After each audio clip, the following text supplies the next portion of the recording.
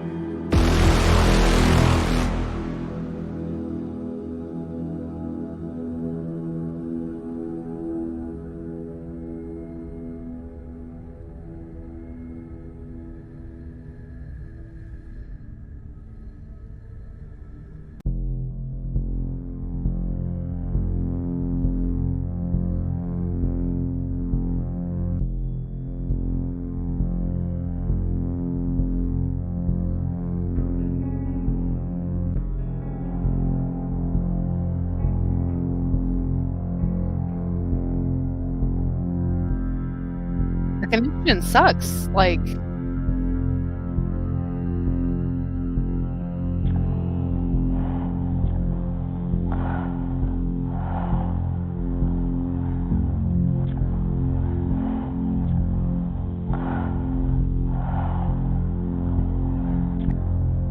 I'm so sorry. I don't know what happened.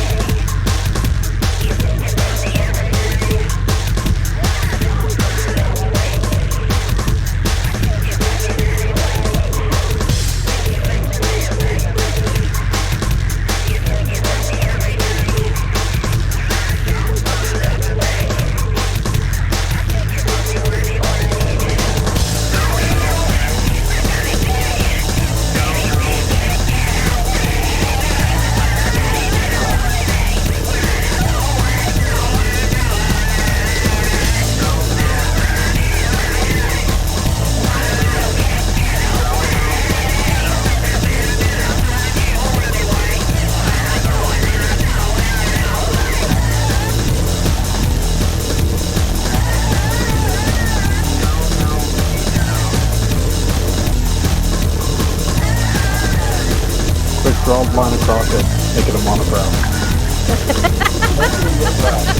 Sophie wouldn't be caught dead in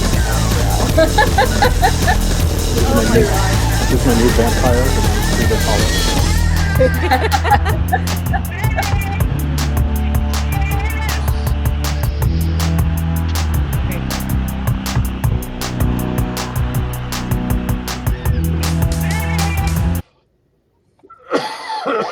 All right, and killed the, well, I should say killed the music, brought up the mics, and we are ready to go.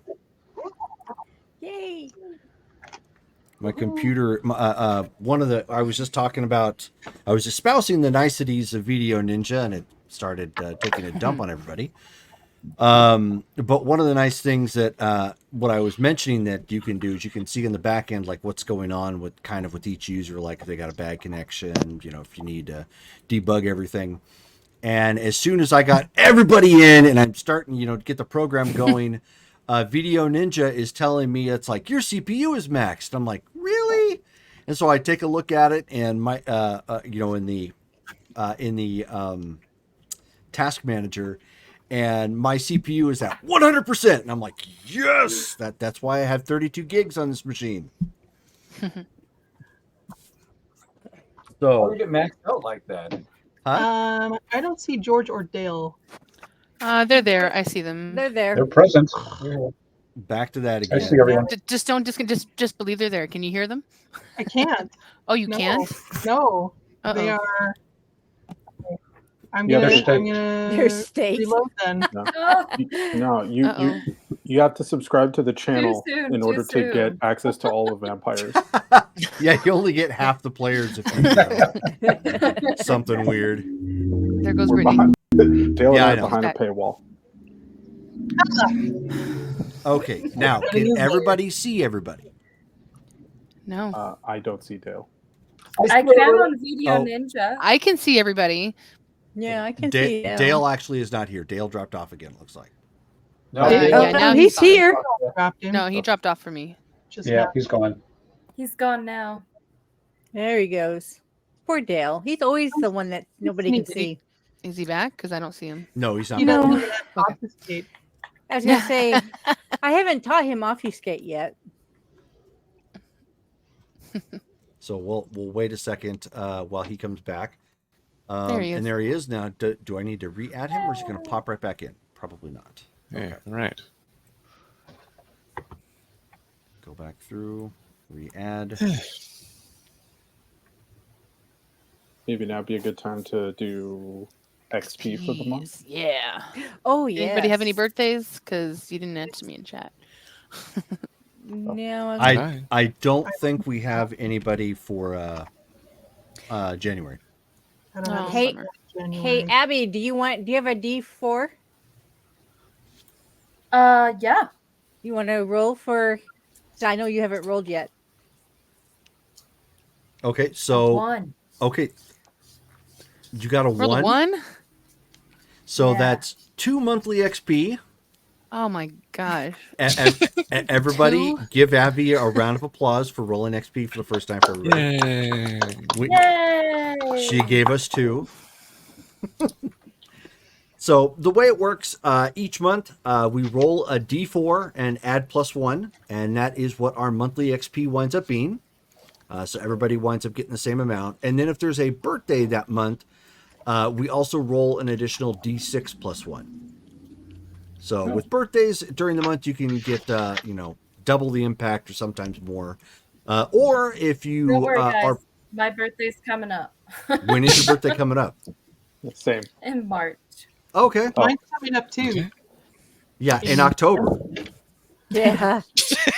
Well, I guess mine's coming up too in October as well. So Yeah, exactly. Yeah, see that's when you really need to be playing because we've got like the quadruple whammy for October. Yeah. So mine's before yours.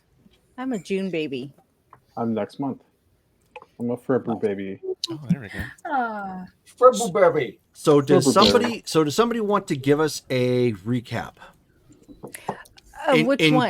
Including as to what took place in the downtime scene last night, if you were there. 2 nights ago.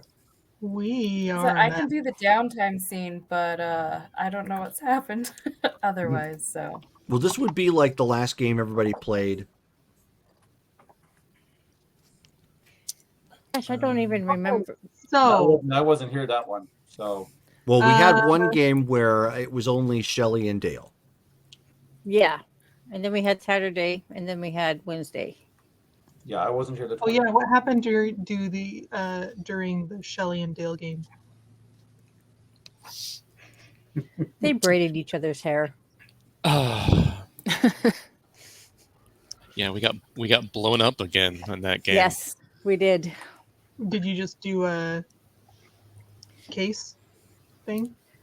Yeah, so for that game, I'm trying to refine that now. For that game, we were trying to figure out how to close the first case that we had for Bridget Laurent, who was missing, Yeah. but found out that it seems like the demon killed her, and we got that case from the Ashland PD. But the thing is, they didn't ask us. That was just a cold case we were looking into to see if we could solve it.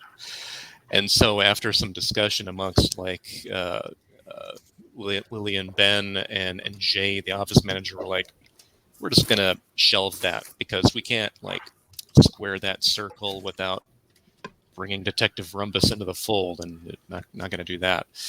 Even though Lily keeps trying to talk him into it. Yeah, exactly. So then right after that, we went and talked to Rumbus, and he gave us information on this new individual who was related to or connected to Israel Guevara. It was a character that we were looking at before. This person was Jenny Malkovich, known as Molotov, and she seemed to be this violent, had altercations with the law in the past. She's got like neo-Nazi ties. Great person. Also wearing fatigue pants. I noticed that seems to be a trend. And we found out that she was eating at Burrito Alarm, a knockoff of Taco Bell. And Ben was terrible at trying to like get to know her. She's super antisocial and smeared burritos on his shirt. Oh my gosh! Which means he failed his charisma. Yeah, botched it. Just botched that role. I thought you were Burrito better. alarm. That's hilarious. Yeah.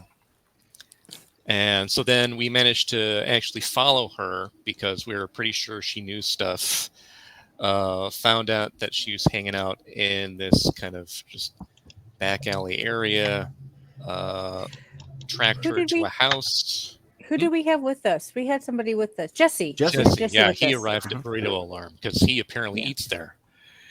And then we tried to. Eats. Yeah. He eats food. A lot. Yeah. He's a big boy. And yeah. So then we tracked her to a house. We were about to we found out she was in there, about to enter it, and as Ben opened the door, like a claymore exploded and sent us all back. So again, explosions. We survived it, obviously, and then that sent Ben into a rage. He had to be quieted down, and Molotov got away. Lily had to dominate him. That's right. Oh wow! It sounds like a fun time. Yeah. So that was pretty much that episode. So when they say braiding hair, that's what they for really Ben mean. and Lily. Oh God, Ben's doing it. Braid hair now.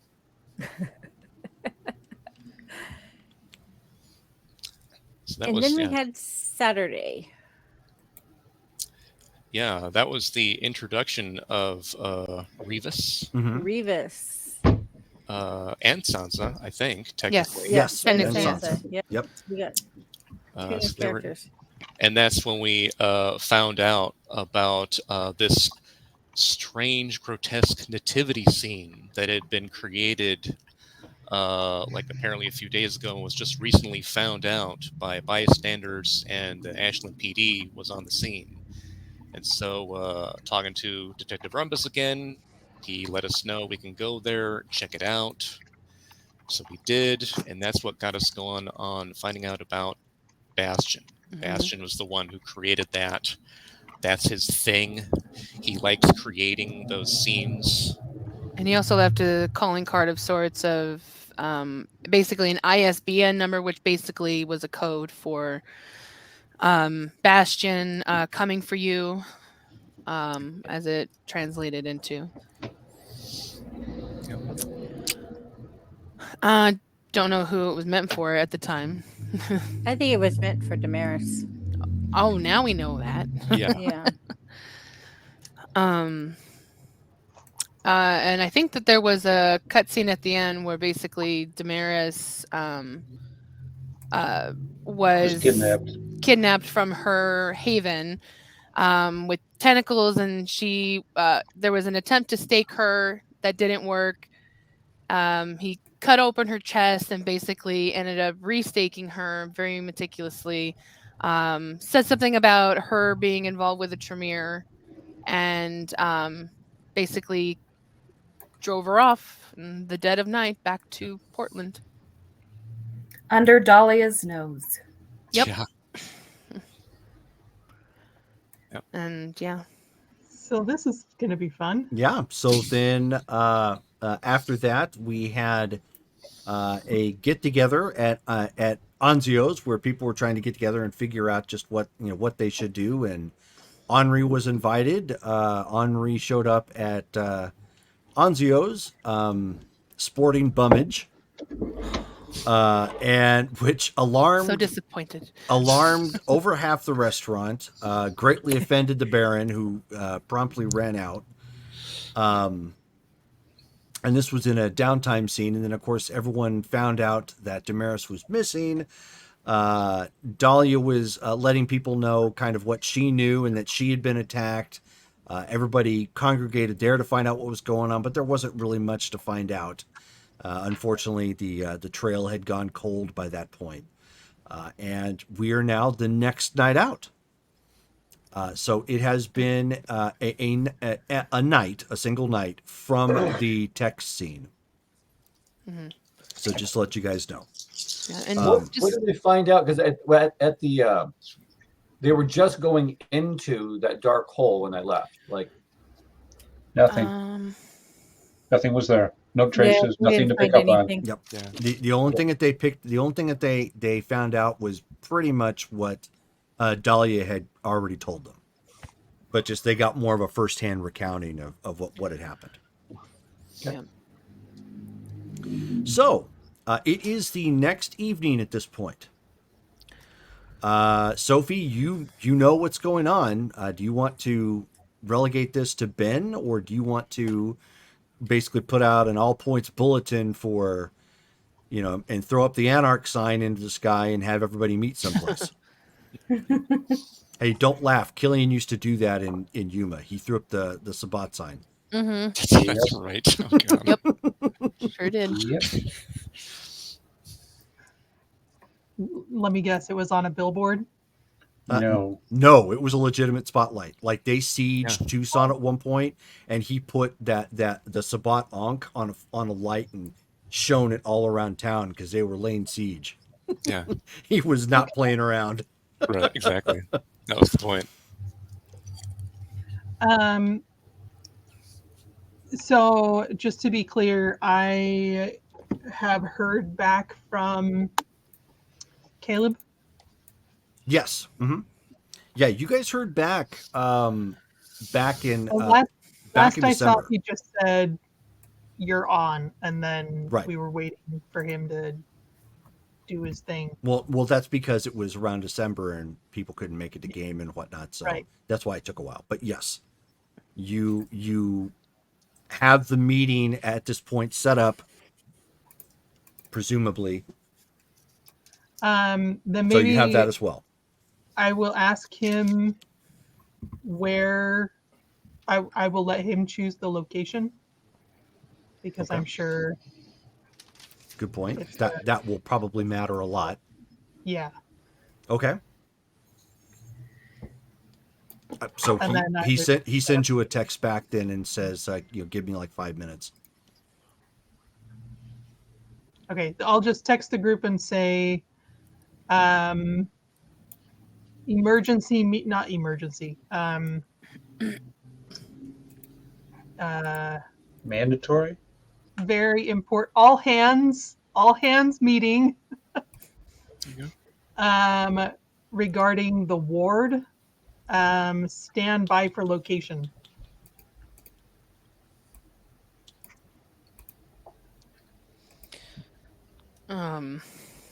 Is Sansa on this group chat now or no? Because I don't know if numbers have been exchanged except for Ben. I would probably text you separately and say, hey, Sure. that Okay. ward thing we were talking about, if you'd like to come, we're gonna meet about it. Okay. She's gonna text back. Sure, I've got nothing else to do. As she's putting away her stuff yet again in her studio. So then he sends a text back, and he says it is going to be. Oh, you know what? Oh, I did get it out. Okay. Seconds. I haven't even looked at our map yet. It's pretty good. Yeah? Yeah, that's right. Oh, thank you. It's hard to find some of the things, but if you have to zoom back and forth on there. Yeah, because it's a big map. Yeah. It's almost like it's a whole city. I know. I like how on the top right corner it has all the it has the grid. So I'm thinking about putting the grid markers on the other page. Okay, so I did not. Okay, so hold on one second. It is at. I am kicking myself right now. Oh no! Don't do that. Because I thought I had the name of the church in town. I guess not.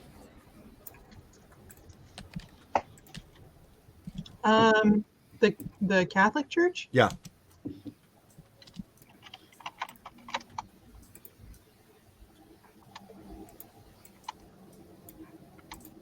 Let me see. But I clearly did not have that in my Church of the Sacred Fire? Was that it? I thought that sounds really familiar. Okay. I feel like that's correct. That's where Jillian was. Oh, then that's exactly where it's at. Okay. Thank you. I thought I had that in there. I guess not. What's it called? Church of the Sacred Fire. Sacred Fire. Okay. Me no likey fire. Thank you very much for those notes. Yes, that is where it's at. It's actually going to be in. It's actually like I want to say a Quonset hut, but it's like a meeting room adjacent to the church on the property. That's not the same church where Colin and Sophie got married, is it? It actually is. I don't think it was the Catholic church, was it? Yep. Ooh. I thought it was a different. It was, can't remember. but I it have to was, check. but it was at night. Obviously, Well, there were no yes. parishioners there. I'd have to check my notes. Because neither of them is Catholic. No, but it's especially pretty, and that's what matters. Because do you remember who forced her way in for decor? I do. Yes. Yes. Spoiler, it was Isadora. Yeah. Yeah, I didn't even have to guess Right. on that. That was just new. So then you end up collectively, either separately or in the group, get the address to the church. That is where the meeting is going to be taking place at.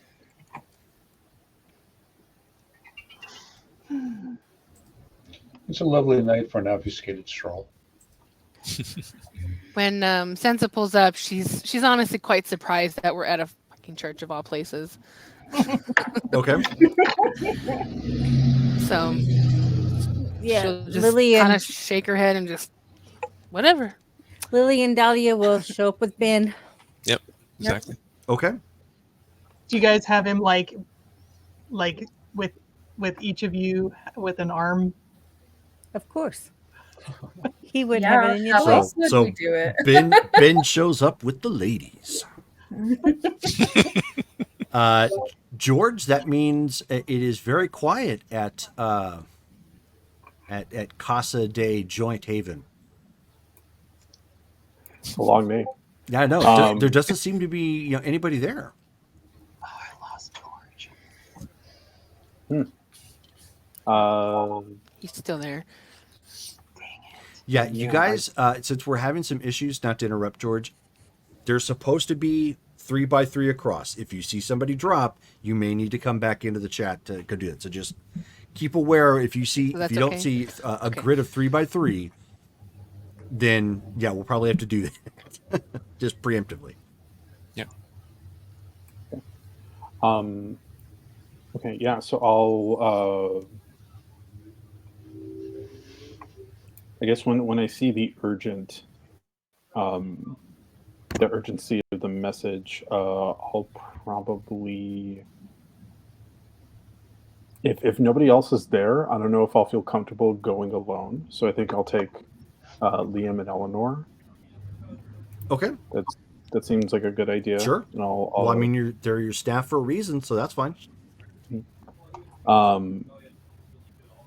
Yeah. So we'll take a appropriate vehicle and head out there.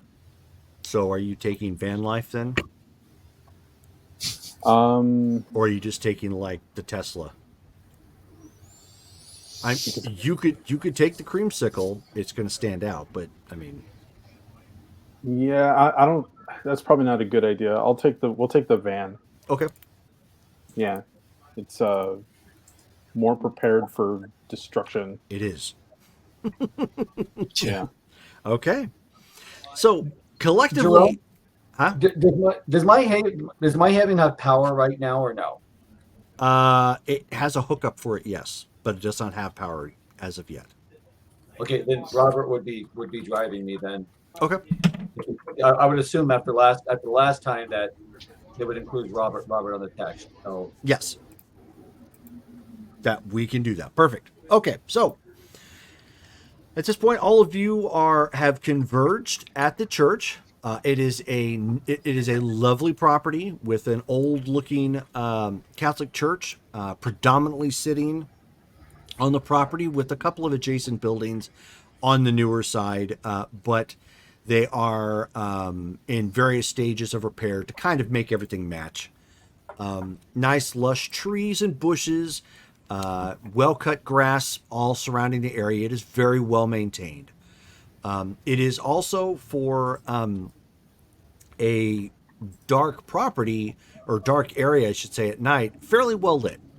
There are obviously the street lights that run catty corner on the street, and there's also a couple lamp posts that sit up in the parking lot itself. So the grounds tend to be pretty illuminated as far as private property is concerned.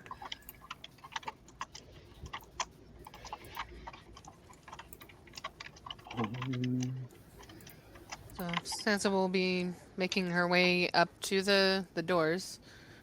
I would like to maybe drive around the church first and just kind of do an aura perception.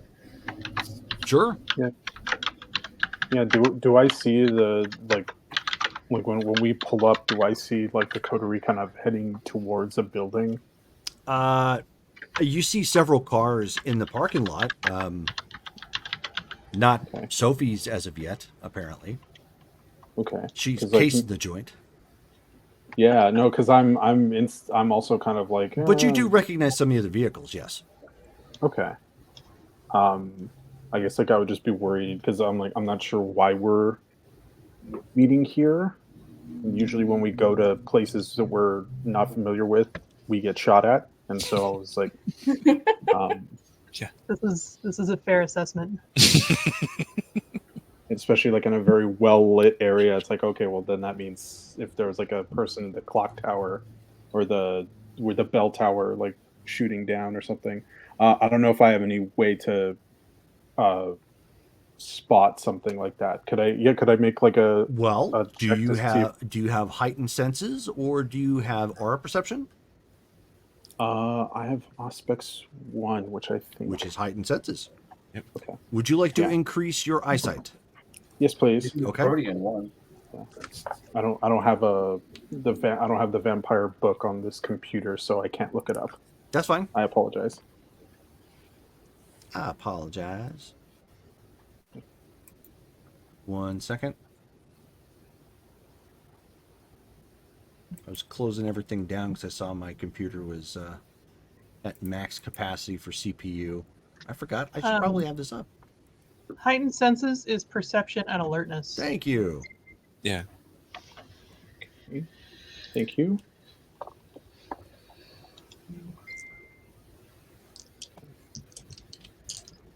So, I'd like to heighten senses to see if I could spot anybody lurking in alcoves or anybody who looks like they're like not, I guess, not in the group. Sure. Give it a rip. Okay. What's the difficulty? Since it's well lit, difficulty 6. Okay. 3 successes. Okay. Oh, just 3. Okay. You obviously see familiar cars. There are some that are unfamiliar to you. You don't see anything immediately that stands out. You don't see anybody like, lurking in a bush or a tree or something either. I was walking up to the front. Sure. Why don't you, since you're playing a newer character, describe your character to everybody? Okay. Yeah, because Remus hasn't met Sansa. So. That is correct. Sansa is she is about 60 years old, but she looks probably more like 53, 55. She's Italian with she's kind of petite. She is she's got just this really salt and pepper just mound of hair that's really wavy and thick. She has a necklace on her. She also has sort of a satchel or bag with her. And currently she's wearing sort of some baggy clothes that, just sort of a t-shirt with a jacket and some slacks and stuff. And yeah, I mean, she speaks with a heavy Italian accent, the Italy-born accent, not the East Coast style. And yeah, she's an artist and a teacher. Okay. Okay, yeah. We'll get out of the car, but I'll ask Liam and Eleanor to be on, just to be on the lookout for, like, I'm not sure why we're here. And just be cautious. Of course, sir. We'll keep an eye out in the perimeter. Right. I'll get out and start heading to where I think people are congregating. Okay.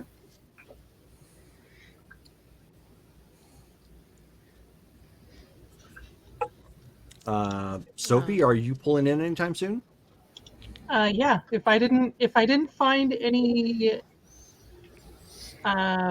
unusual / threatening presences, then I would go ahead and just go in. Nope, nothing of that nature. Yeah. Lily's going to use her aura perception as she's getting out of the truck. Just kind of look around. Okay, go ahead. Difficulty 6. Initially, yes. Okay. What's your total aspects? Just 2? Yeah. Okay. 2, 3, 4, 5, 6, 7, 8. Wow, 8. Oh. Woohoo. Okay. So You see everything. Yeah. How do you know? Yeah. I don't even know what color underwear you're wearing. I was gonna make you roll, Steven, but with that kind of roll, you get spotted. I'm not gonna hold up the game at that point. Oh, come on, I wanted to use my stealth. Yeah. I bet I could have made her rebid. Right. Yeah, not LARP. So yeah, you see plenty, but nothing stands out in the ordinary. Okay. Looks like everybody's here. Okay. So I let Abby and Ben know. It looks pretty safe so far. Okay. Okay. Good. We've got one safe so- building in the city. Mhm. Yeah, just one. Well, now it's safer now that we're here. We walk in. So you guys are walking Oh, into joy. the parking lot and the property itself at this point. Those of you who have met him before, Caleb is actually waiting out by the outer gate that leads into the actual, not the church, but the property. It's a nice iron wrought gate. She's following the group because she's never been here before. Yeah, I would definitely stop with where Caleb is and Okay. kind of wait. Caleb Let has him- just got kind of his dusty brown hair. He's in a leather coat, denim jeans. Nothing really, super outstanding outside of the fact that he looks more layman than he does, next to a Catholic church. So he looks and notices that, so many of you have shown up. He doesn't see Revis. And he says, okay, so we all came. Oh, speaking of which, Remus, as you come walking up, you feel a tickle in one of your eyes. That's actually a good way to respond because initially it causes like your face to kind of twitch a little bit. Like, I mean, it literally felt like, gotta, like you want to scratch at it a little bit, not dig per se, but like almost like a turned in, eyelash. Nothing sore, but bothersome. Okay. I think based on paranoia, I'm gonna kind of like look around me. Okay. Do I see anything? No. Now, you see the rest of your friends here. Okay. Somebody new you don't know. Yeah, I'll just keep walking forward, trying to brush it off, but I'm like, Okay. you can't be too careful on Ashland. Basically, your two staff members, Eleanor and Liam, are hanging out in the parking lot. So they're kind of just going back and forth between the cars and keeping an eye on everything. Okay, that's fine. Lily will also get closer to Sophie and whisper in her ear that Revis is here. He's just unseen. Understandable. And I'll mention to Caleb that there's one more hidden keeping watch. So he sighs. He's like, okay. Is this going to be too much for her? We lost Abby. I mean, we'll let you guys call the shots. Whatever makes you most comfortable. And there she is. Okay. Can everybody still see Abby? Yes. Yeah. Yep. Yes. Okay, just making sure. Everybody's just kind of popping in and out. So he kind of cringes and he says, hold that thought. Stay right here a second. Let me just make sure. And he goes walking inside into one of these kind of adjacent buildings. I'll say we could do a Zoom meeting. No, And he shakes his head at that point. Just like, oh, good grief. Okay. And so he just quietly goes in. And about 5 minutes later, he comes walking back out and he says, look, she's paranoid as it is, and you brought a gang. So if anybody has a problem with tempers or their itchy trigger fingers, or they're just going to be testy at anything said, maybe wait outside.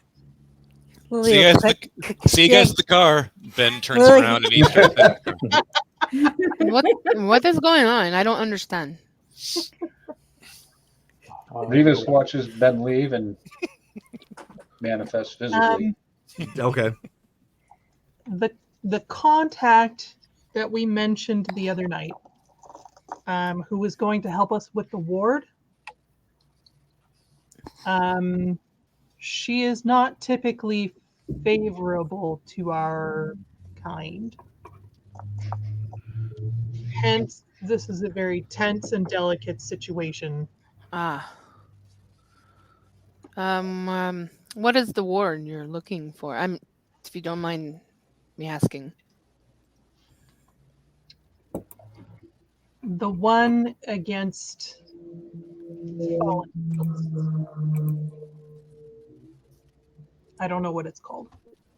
Ward versus demons. Versus demon. Very straightforward. That's call a spade a spade. That's well, with what you're facing, yes, that's good.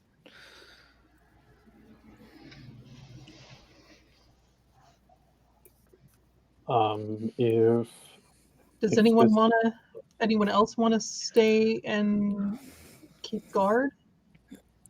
I will go with. I'm curious to meet this woman.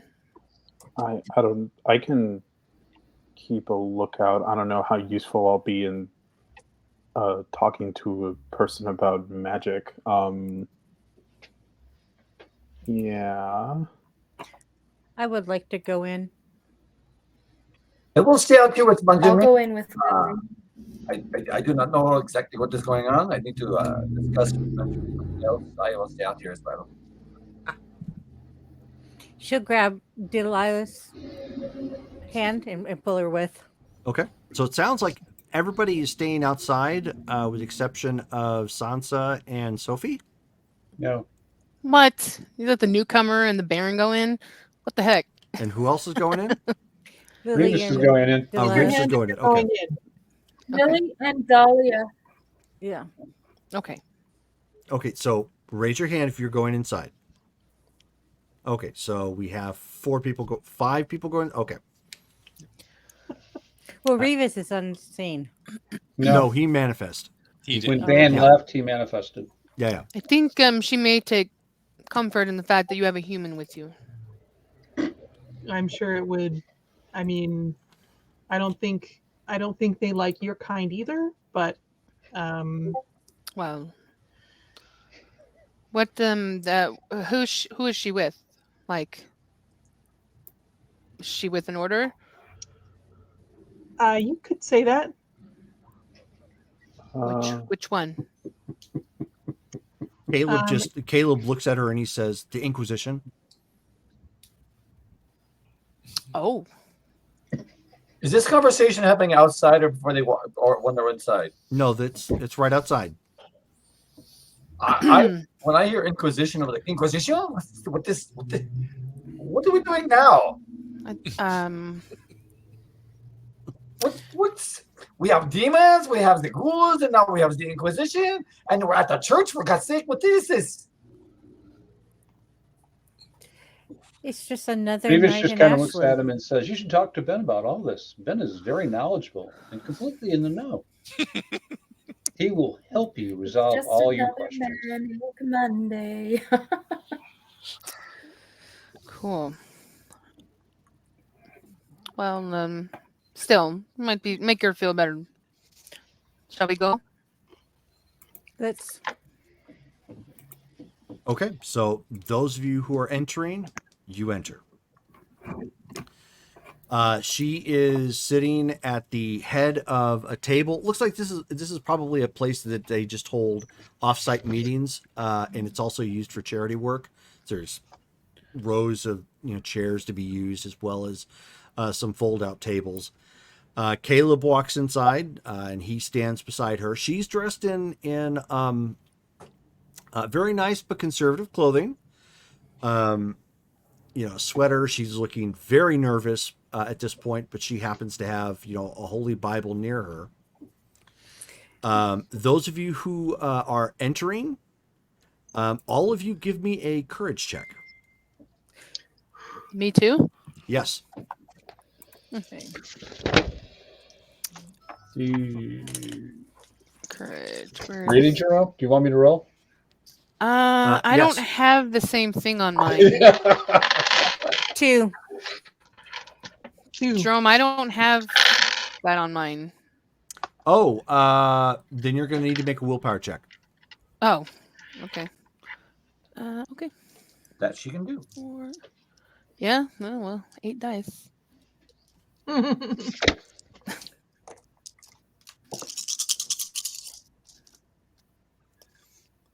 Yeah, I think I'm good. 1, 2, 3, 4, 5. Okay. In fact, Lily's going to put her hand in the holy water, and since she was raised Catholic anyways. Oh, are you? Wow. Mm-hmm. Oh, you are? Serious? Mm-hmm. Mm-hmm. Oh, okay. Now give me a self-control check. Difficulty 8. What? That's presumptuous. I would expect Sabat to try that, but 2. 2. Okay. So the moment you dip your hand into the emphasis on holy water, your fingertips get seared right off as you take a point of aggravated damage. Oh, dang.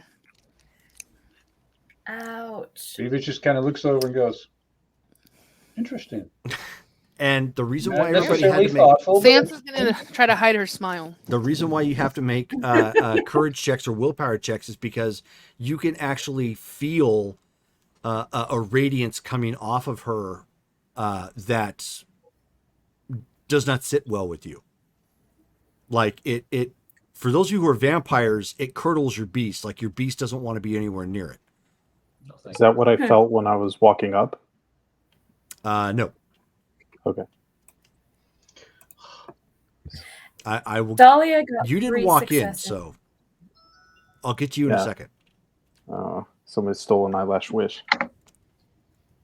I'm gonna stop like a decent distance away, like close enough to be polite to like somebody that you're speaking to, but like no closer than that. I won't go any further than Sophie. I'm going to be like a step behind her to the side. Okay. And so, I mean, she looks nervously at Caleb, and Caleb, he approaches, and he says, I know most of them. He says, it should be okay, but I'm here just in case. And he opens up his coat, and he ends up showing he ends up showing that he has stakes on him that have wards.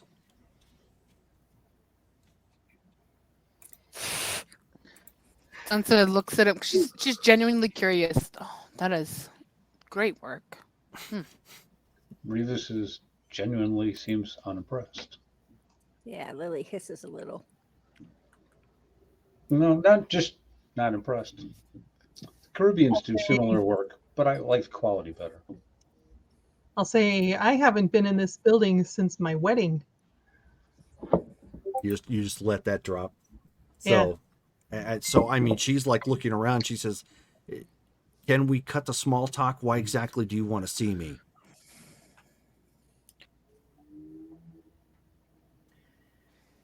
Okay. First of all, thank you. We understand that this is a big risk for you. Clearly, it's a risk for us as well. I'm not sure how much Caleb told you, but we have a problem in Ashland that we think you are uniquely able to help with. The name of the problem is, here in my notes somewhere. Triel. Triel. The name of the problem is Triel, and we want her gone. And she kind of like looks to him and you know, he nods and she says,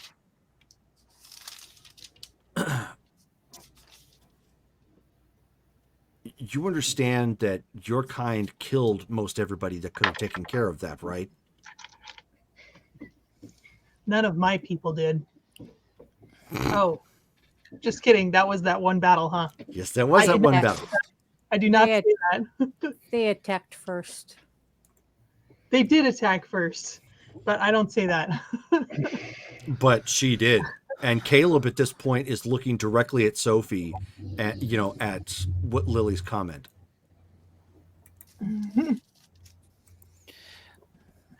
Well, being that as may said, this is a problem that's going to affect everybody. And you, as she said, are uniquely qualified to help with it. So we would appreciate it very much to take care of this problem for everybody. Most of the folks in this city only want the city to flourish. We don't want to kill. We don't want to lead the city to destruction. But Triel does and has, and she's a bigger threat than we are. Give me a charisma and expression. Actually, no, charisma and leadership check, difficulty 8.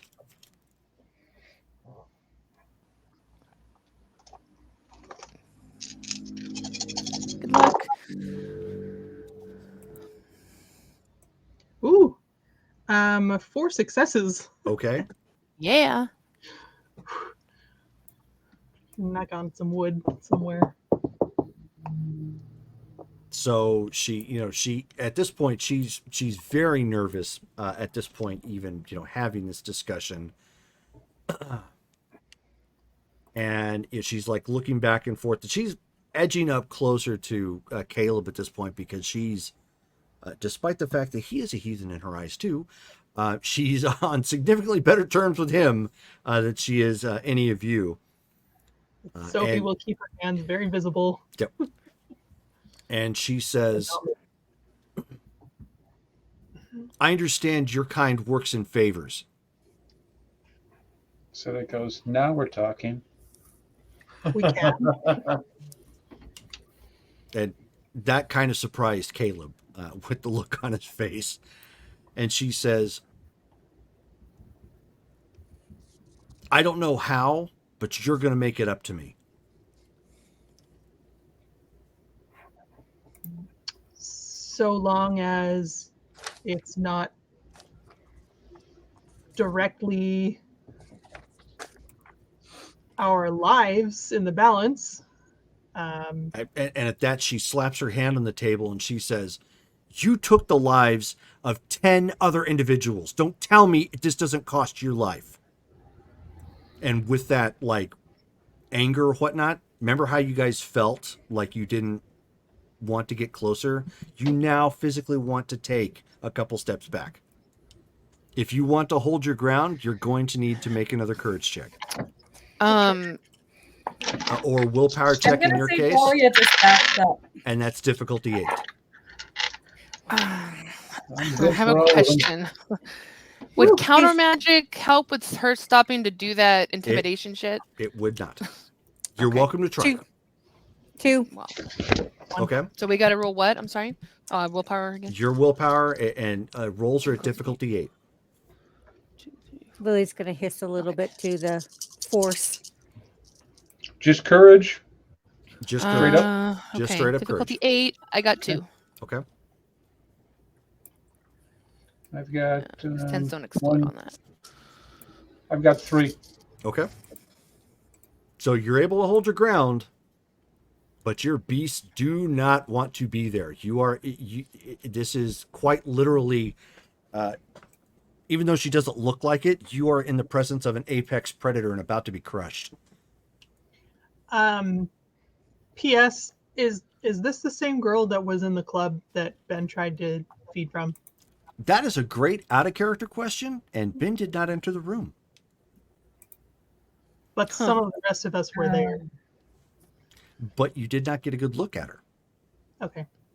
I mean, I licked her neck, but That's true. She did. Oh, that's Maybe right. That's right. bring that up. She Give did me- neck her.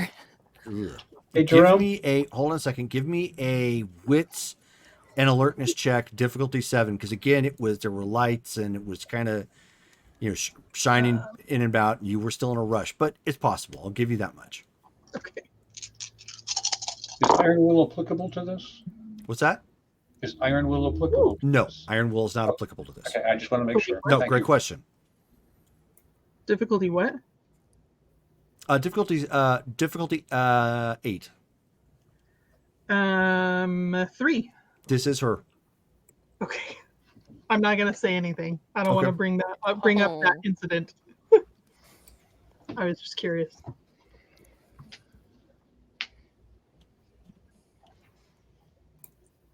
Sansa has no idea about what incident she's talking about, so she's just gonna kind of cross her arms, just kind of look over at Sophie, like just kind of waiting, trying to understand. Okay. Then we accept.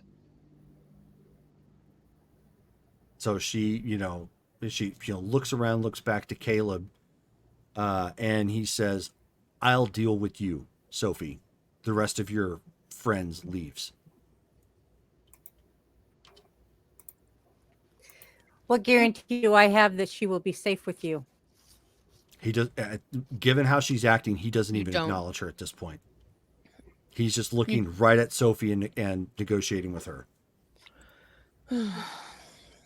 She leaves. Okay. Lily will look to Sophie first. If Sophie nods, then she'll leave. I'll shrug and then nod. Begrudgingly leaves. Okay.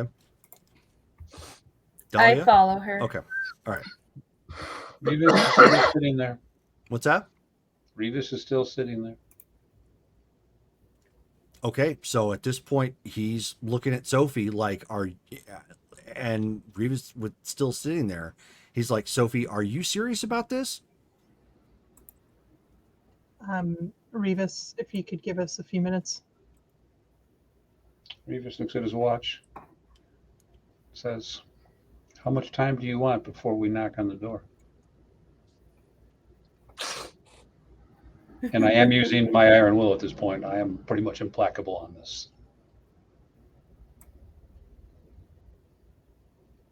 10 minutes? Fine. Turns around and walks out.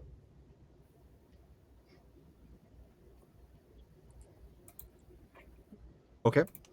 Ben, I will get start to you counting guys. down from 10 minutes. I'll get to you guys in just a second. So Revis walks out, makes his announcement to Ben. Ben, of course, you're kind of, you've already been up around, probably leaning on one of the cars with Eleanor and Liam walking back and forth.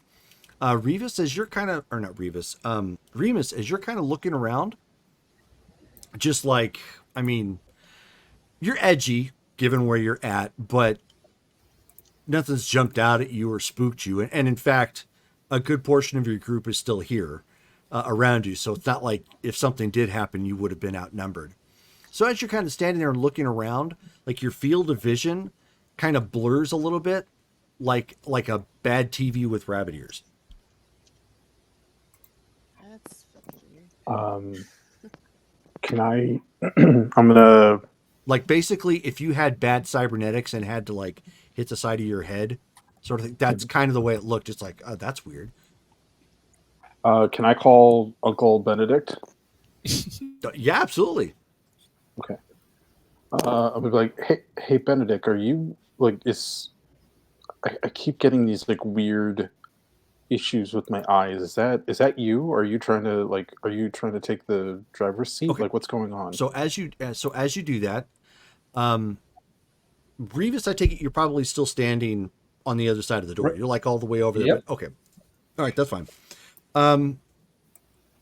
Ben, why don't you give me a wits and awareness check? Oh boy. Okay. And I would be standing next to Ben. Was this while we were inside this was going on? Yes. While you're inside. Difficulty 6? Difficulty 7. Okay. 1 success. 2 no success. Okay. Brittany dropped off, it looks like, so. Yeah. There she is. She's back. Okay, so.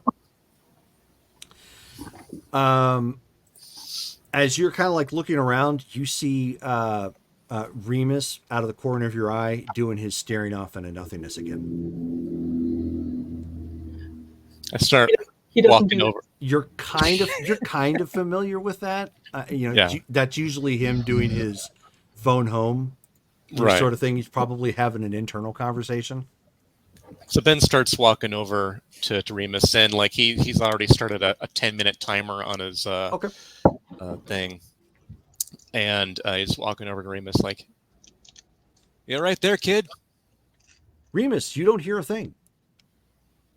In fact, as you were like, kind of plugging in and doing the whole like, trying to reach back to Benedict, everything goes black, but not like black, but like there's like literally no light, sort of, that sort of thick black, almost as if you're looking at a monitor that's off or a TV that's off.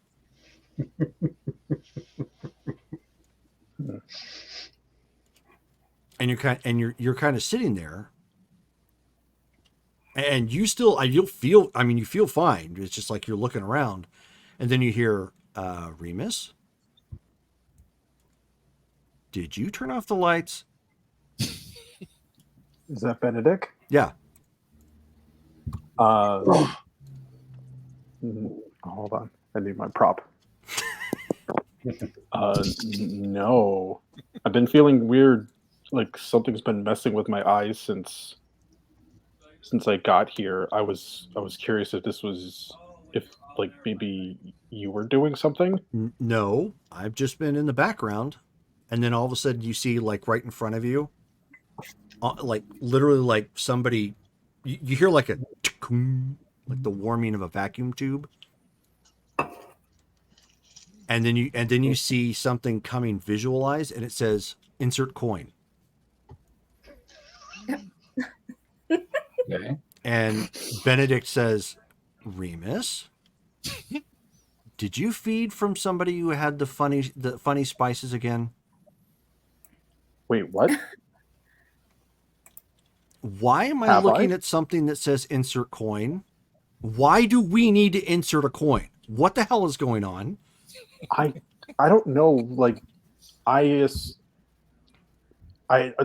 drink from the refrigerator at home. I have no idea what's like. I don't remember. Like, have I fed off of anybody? You have in your past. I mean, just by accident, when you were young. But ever since you've been, you and Benedict have been a thing. No. Yeah, I'm on a strict diet. Exactly.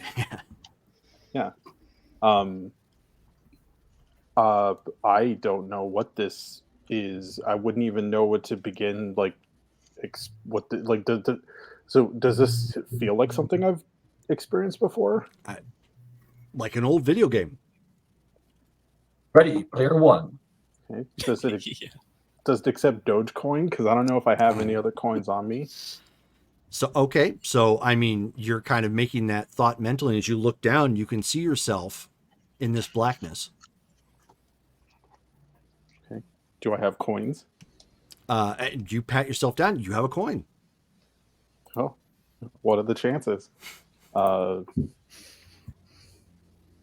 Yeah, I guess I'm kind of like trying not to panic at this moment because I'm like, clearly something is going wrong. But yeah, I'll put a coin in and see if that gets me back to square one. Okay. So you end up putting in a quote unquote coin. Hold on one second. I got to pull Discord back up. I'd closed it down temporarily. Uh-oh.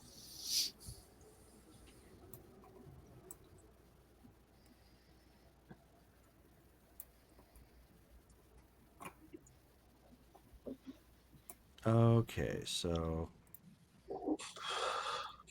I will put this in Discord when it decides to load.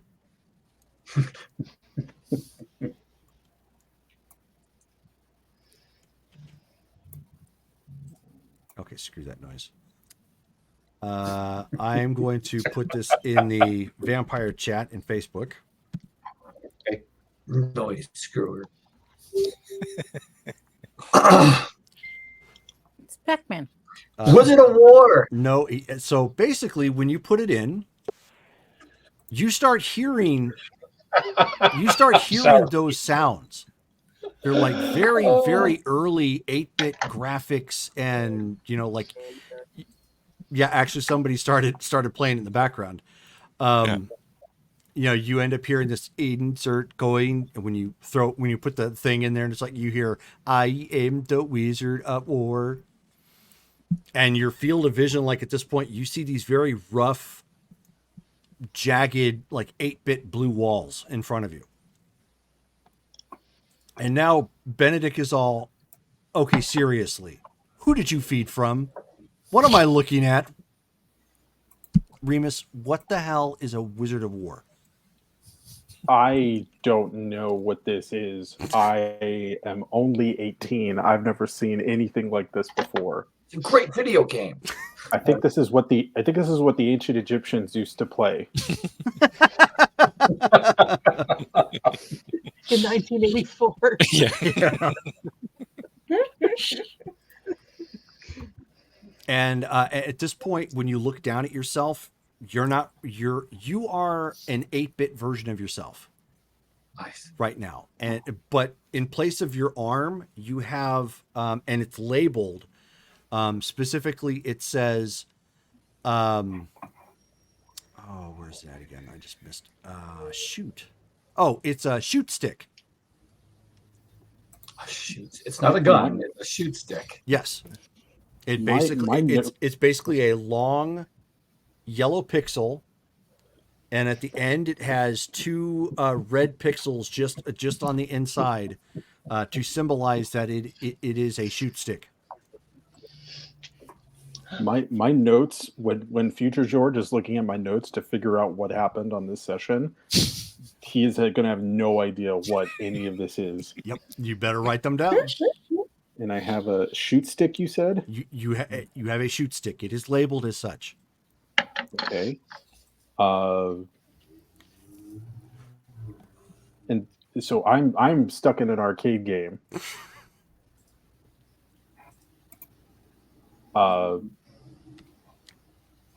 And so at this point, like, you are basically, at the front,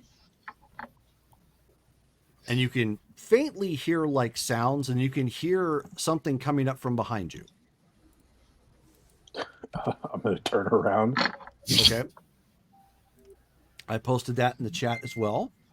If you are a fan of Atari's Adventure, Adventure. It's the dragon. The great yellow dragon. Yeah. And you turn around and look, and Benedict says, "Remus, why are we being chased by a duck?" Oh, duck! It's a dragon. I don't know, but I don't like the way it's 8-bit looking getting at closer. I guess I'll shoot it with my shoot stick. Okay. Go ahead and roll. You have 2 dice.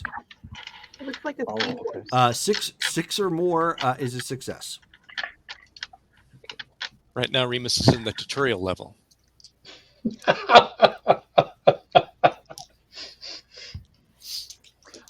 Up, down, left, up, down. If it George has never played this game, so if it was at least like Legend of Zelda, I would have a context for it. Hug the left wall. You'll go through the wall, and you'll end up in the other zone. Yeah. Does it use Pac-Man physics? Okay, I got 1 success. I got a 10. Okay, so you hear "ba-da-boo," and it hits the scary looking dragon thing, and all it does is go, and it keeps advancing. So Do it again. your options are to stay put and let it basically run you over, or to advance into the maze. I'll go into the maze. I'm not. I've seen duck attacks on YouTube. I'm not going to be a victim. I'm going to move into the maze. Okay, so at this point, you make a turn, and everything is kind of straightforward. You're going, and then you make a turn. Straightforward. Well, yeah, I'm in an arcade game. I know, yeah. So you're going, straight down a hallway. You have to hang a left, and you have to hang a right, and you go down a little bit further. You have to hang a left, you have to hang a right, then a left, and and then another left, and then you end up getting to what appears to be a junction. You can either continue going forward, or you can make from this position a right. However, coming up in front of you, you end up seeing a little 8-bit ghost, like doing one of these numbers coming right at you. Jerome, this is just like Nick Arcade. I always wanted to play. I always wanted to be a contestant on that show. I'll shoot the ghost. Go ahead and roll 2 dice. 6 or higher is a success. That's a failure. You failed? Yeah. A 2 and a 3? Okay. So you're all, ba-boo, ba-doo. So it doesn't do anything. It's, you like strike the wall or something. And the ghost ends up running straight into you. It pixelates. You have taken a point of damage, so you actually see a life bar at this point go and shrink a little bit. Trogdor.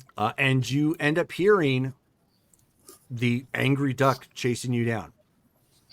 Okay. So you can still advance. You've just taken some damage from the ghost, or you can either go straight or right.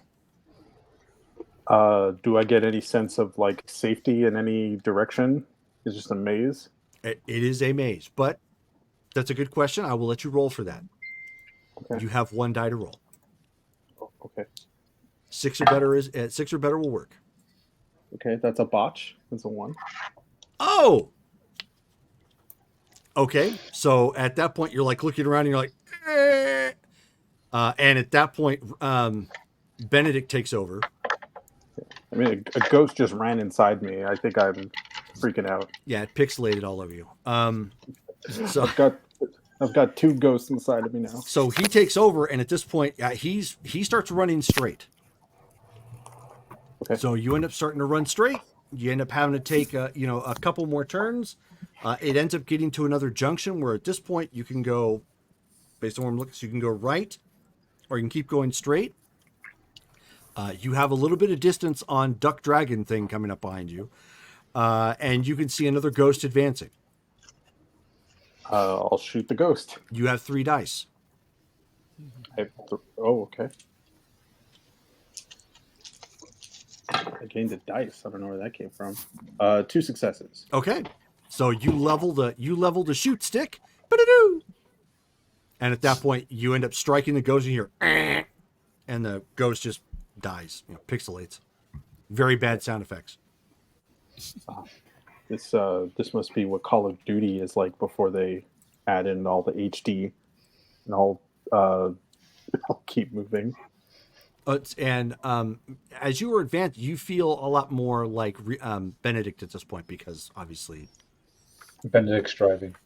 Benedict's driving. Oh, is that why I have 3 dice? That is why you have 3 dice. Oh, so he's like secretly a gamer, like. He's like maybe you're not sure, but he didn't know what was going on. His dad works at Atari. So at this point you advance forward. You advance forward. There's a couple more turns in a long hallway. At this point, a little bit further away from the Duck Dragon thing, you have come to what appears to be another turn. You can either turn left at this point or continue going straight. There is another ghost advancing on you. Oh my god! Shoot ghost. Okay. You have 4 dice. Do I have ammo? Like, No. I look around? Do I see an ammo gauge? Nope, no ammo gauge. Okay. This is before they limited you for ammo.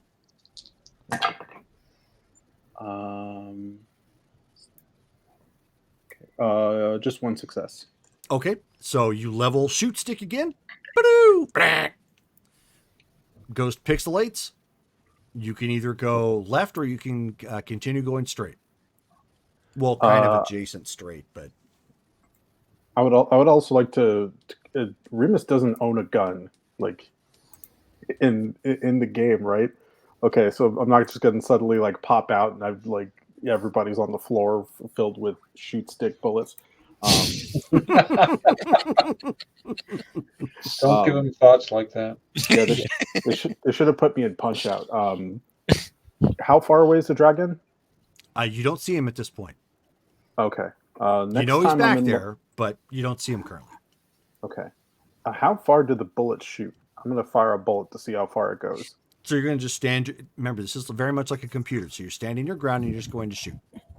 Well, I want to shoot because I want to see like how far away I need to be, and, like gauge the range, like shoot how stick. close is the dragon. So you've killed 2 of them at this point. So you are up. Go ahead and roll 5 dice. Oh. Oh, you get more powerful with each thing you kill. Interesting.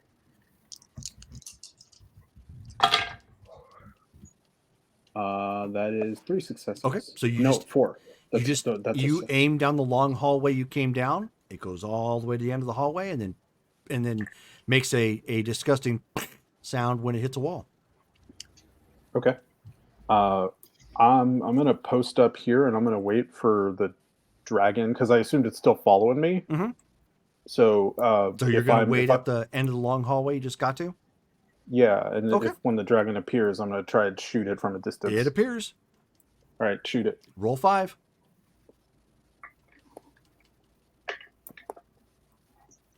I feel like there needs to be like a text that appears on the screen right now that says like, "Do not adjust your station. You are watching Vampire the Masquerade." That's 3 successes. Okay. So shoot stick fires, ba-doo, and it hits duck dragon thing and just says, and it keeps coming. Okay. How close is it now? Well, it's down the hallway, so you still got some distance. Okay. Fire again. Okay. Still 5 dice. Ben, as you're standing there and he's still kind of like, looking off in the distance, you see a trickle of blood coming out of his nose. I go up to him and I start like grabbing his shoulders and be like, "Hey, kid, what's going on? You okay?" Not now. Another coin. 5 successes. He is completely unresponsive. Same result. Only this time, duck dragon thing is closer. Okay, so you fire. I'm gonna keep moving. You can either go left or you can continue going to that kind of adjacent forward. I'll go left. Okay, so you go left and make an immediate turn, a dead end. Oh, great. So at this point, the only option is to go back the way you came. Mm-hmm. And you are going to be about face to face with duck dragon thing. Okay. Does this game have dodge rolls? It does not. But go ahead and roll 5 dice. Okay.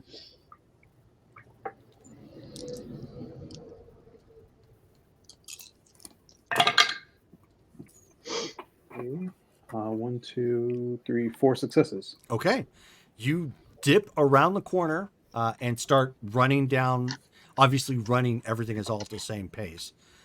Running back down the hall where you killed the other ghost thing, and making a bid to get away from duck dragon thing. Speaking of which, that little tail thing that you see in that picture, those aren't feet. It just basically goes like this back and forth, like it's badly stirring something and moving towards it. Yeah, exactly. In I guess like an Eastern mythology, like a seahorse is a technically like they call it a Tatsunoko, which is like child of dragon. Child of the dragon. Yeah. I learned that from Fruits Basket. You end up going down the hallway and having to make an immediate left. You come to one. So you end up coming to one more corner. You can either go right or you can continue going forward, which will kind of do another switchback or something, and you see a ghost advancing.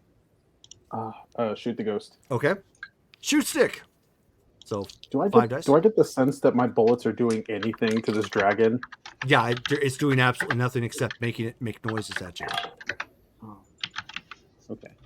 Do tens or ones do anything special with these dice rolls? Well, 10s will explode, ones will obviously take away.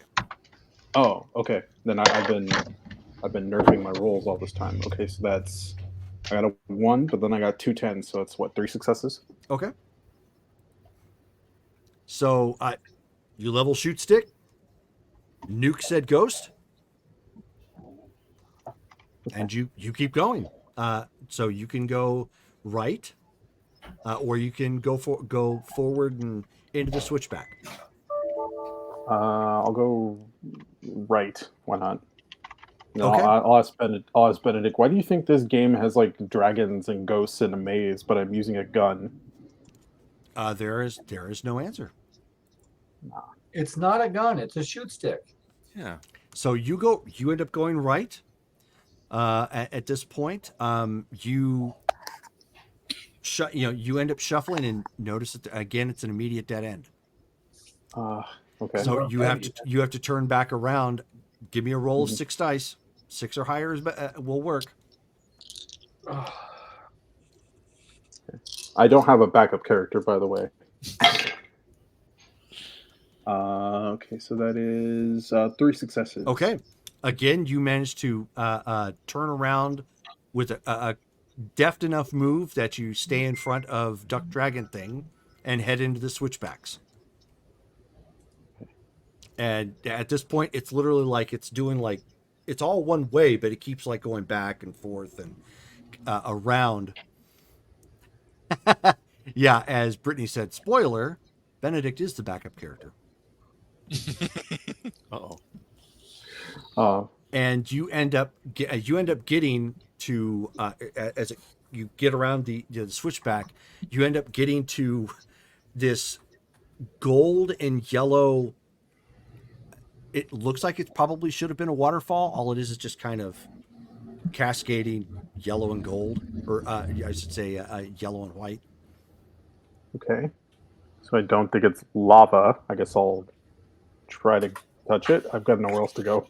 Okay, so you end up going right through it. I will get to you in a second. So, okay. Sophie. It was nice playing with you guys. Likewise. Oh, I see. Okay, I'm glad Abby posted that in the chat. I didn't know that her computer. She got to get the plug-in or something. Okay, so Caleb looks kind of. I don't want to say kind of. Looks pretty irritated at how this was handled, but he's not saying anything. But you can just tell. Right? You've been around him enough to know.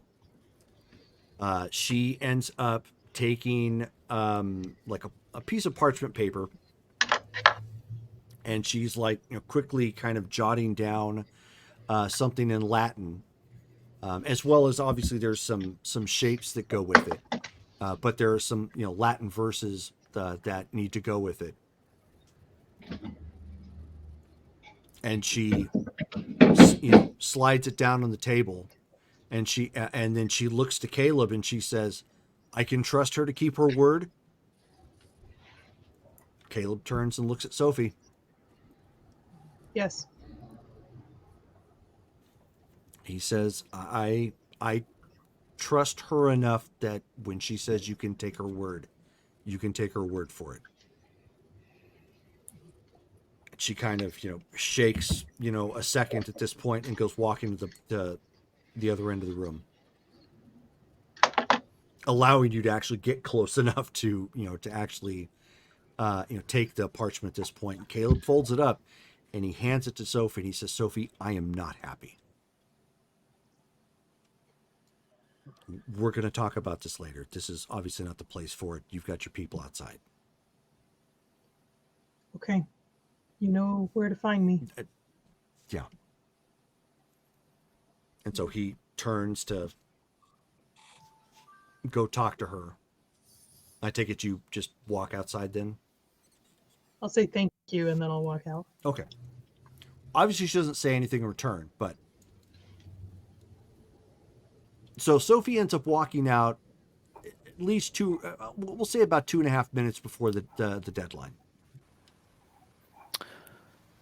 Did you get what you were looking for? I sure hope so. I'm gonna pause in the doorway of the church and open the parchment. Okay. I mean, it's something in Doesn't Latin. It's got some Doesn't make symbolisms in any there. sense to me. You don't speak Latin, so yeah. I do. So do I. Anybody want to take a look at this and tell me if it's feasible? So, would you mind, or would that be okay? Fine with me. I don't So, do this stuff. take it carefully and look at it. She does speak Latin. Okay. And read Latin. So go ahead and make an intelligence and occult check. Okay.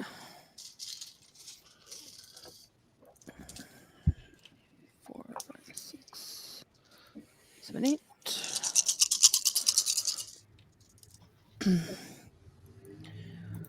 Okay, so normal 6 difficulty. 1, Yes. 2, 3, 4, 5, 6. Okay.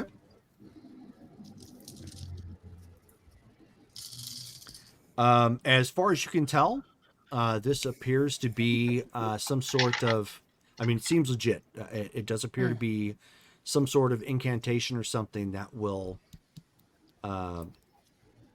fend off demonic spirits. See, she's just reading through it. It is legit. I believe that this will work. And she just kind of reads it out loud a little bit to her, translating it a couple words, perhaps, or a sentence or two. Well, do I need to see if I can verify it, Jerome? Oh, thank God. How are you verifying it? Occult. Well, you would just need intelligence and occult. Lily speaks Latin. I mean, she reads and speaks Latin, so she can look at it too. Do you have any blood magic? I don't think you have any blood magic. Do you, Stephen? No. Okay.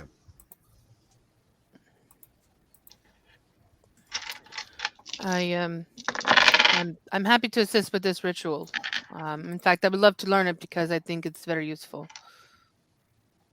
1 success. Okay. Whatever she just read sounds legit. Without having practical knowledge of it, you're not certain.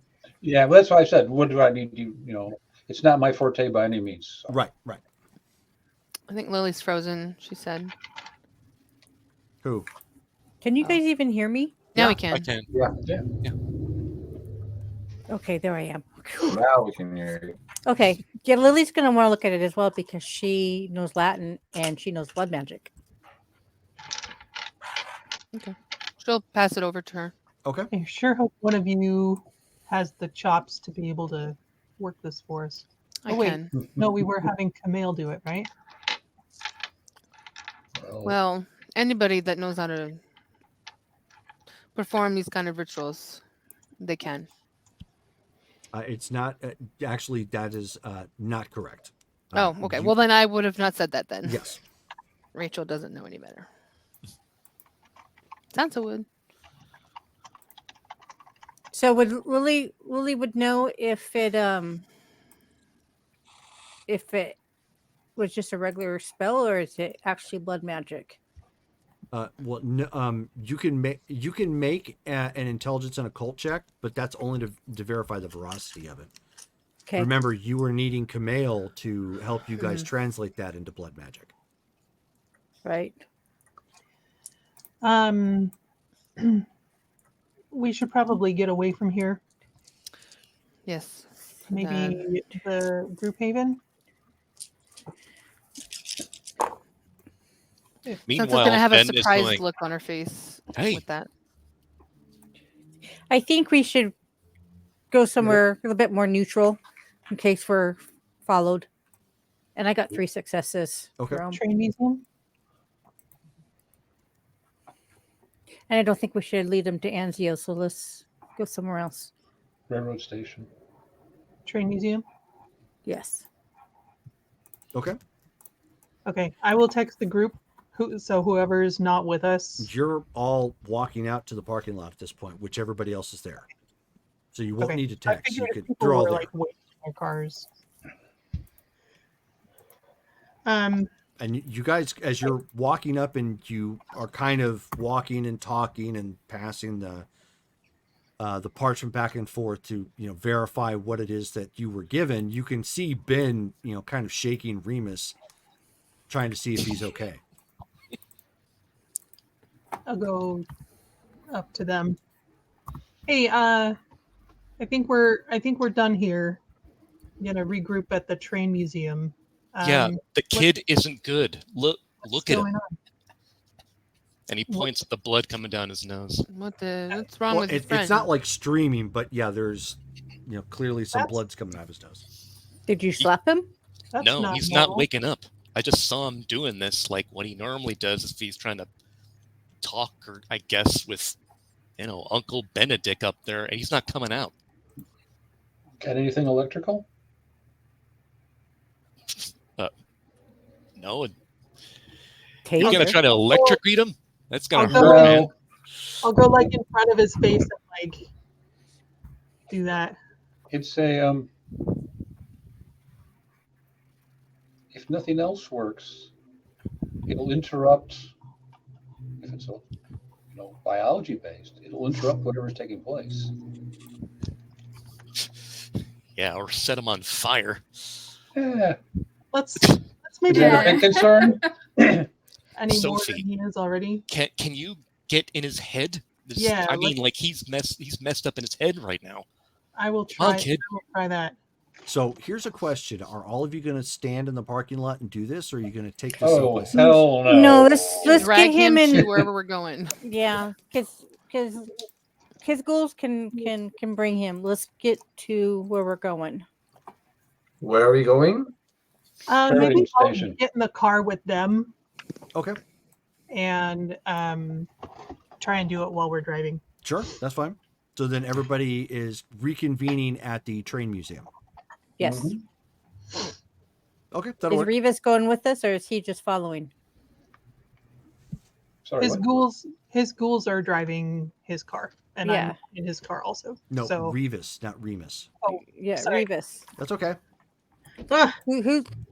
Okay. Lily's going to ask him, are you bringing your own wheels, or do you need a ride? Yeah, I would get there eventually. A ride's appreciated. I'm exploring the city while I attend to these matters. So sounds like he's getting a ride. Yeah.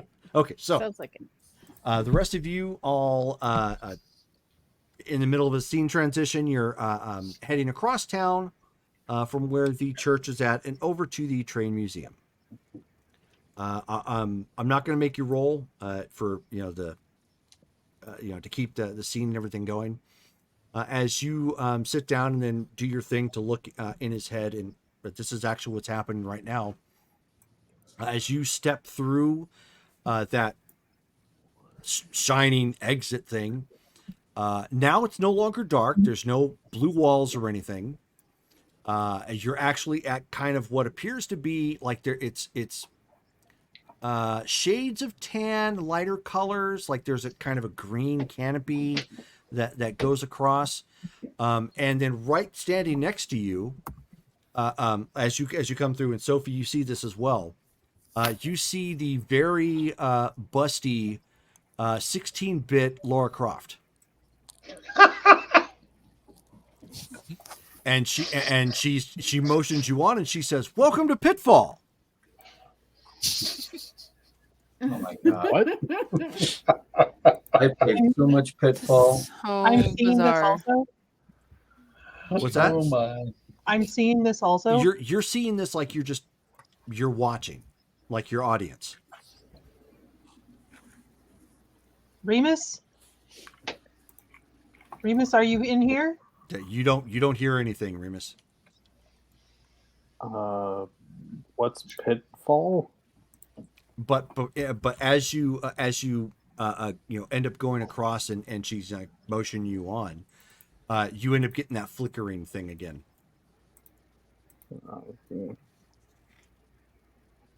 But I'm in a 16-bit world instead of 8-bit. No, she's 16-bit. Oh, it's still 8-bit. Okay. Oh, she gets better graphics than I do.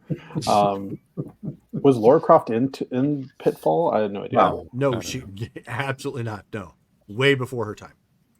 Okay, yeah, I was gonna say, I was like, that's like PlayStation 1. No, Pitfall is Atari. Yep. Yeah. Well, but Lara Croft or Tomb Raider was PlayStation 1, yes. Yes. Yeah. I guess I'll follow her.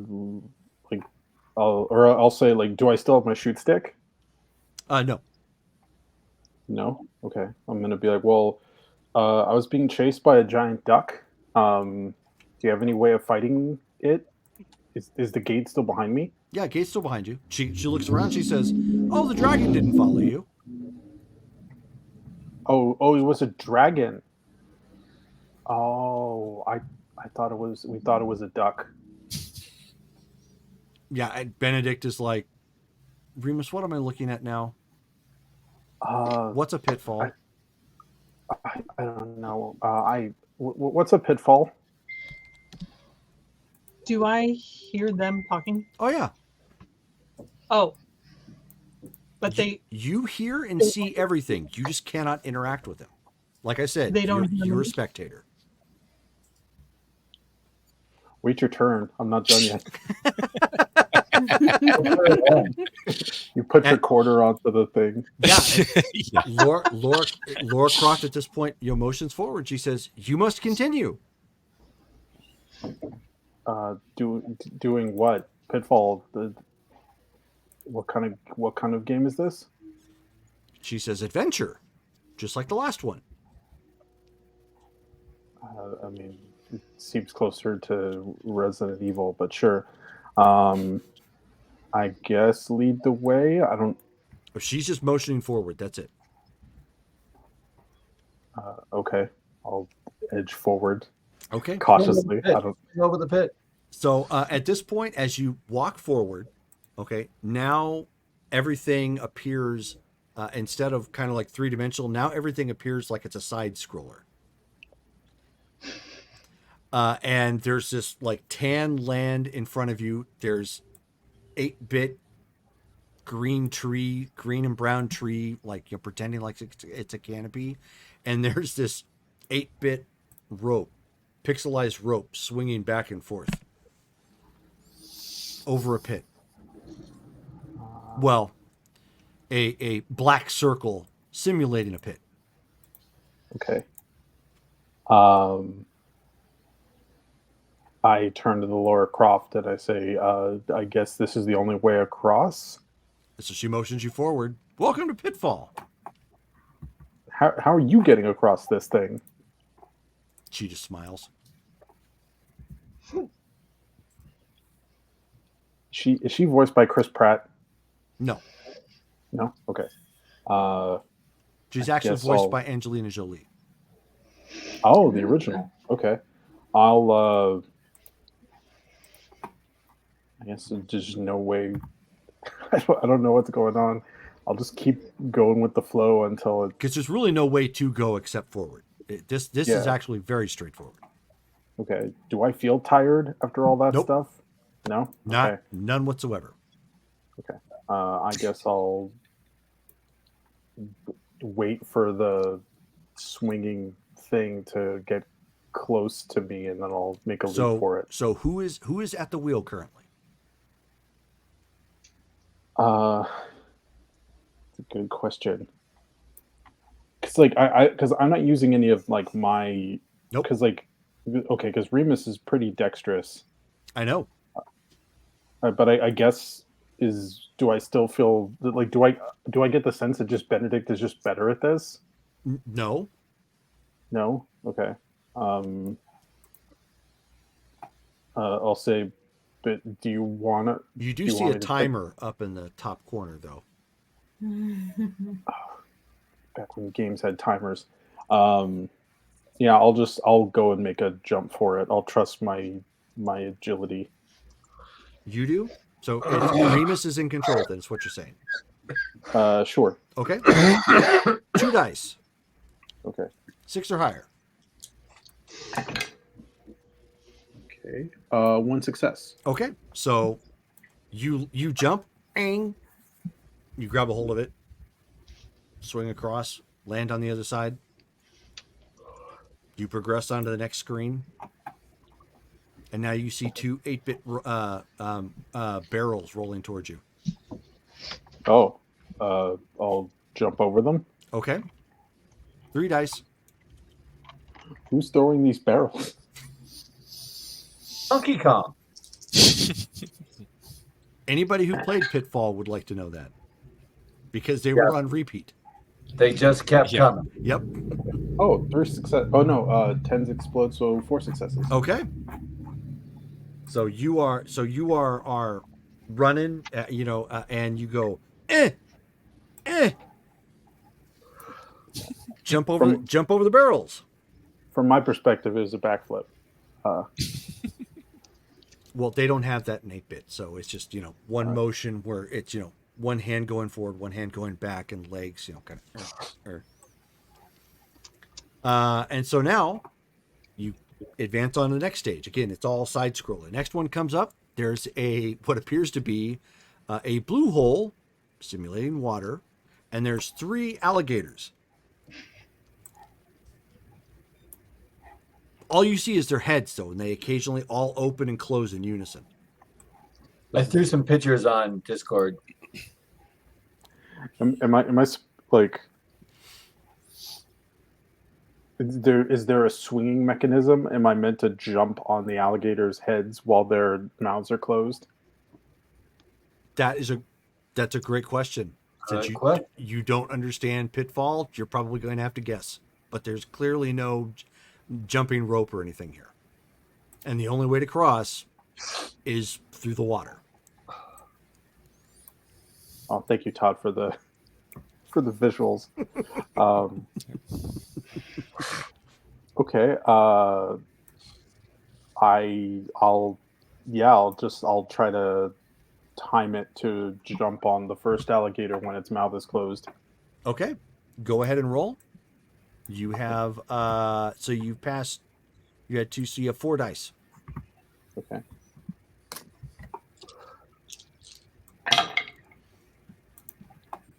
Okay, that is 2 successes. Okay.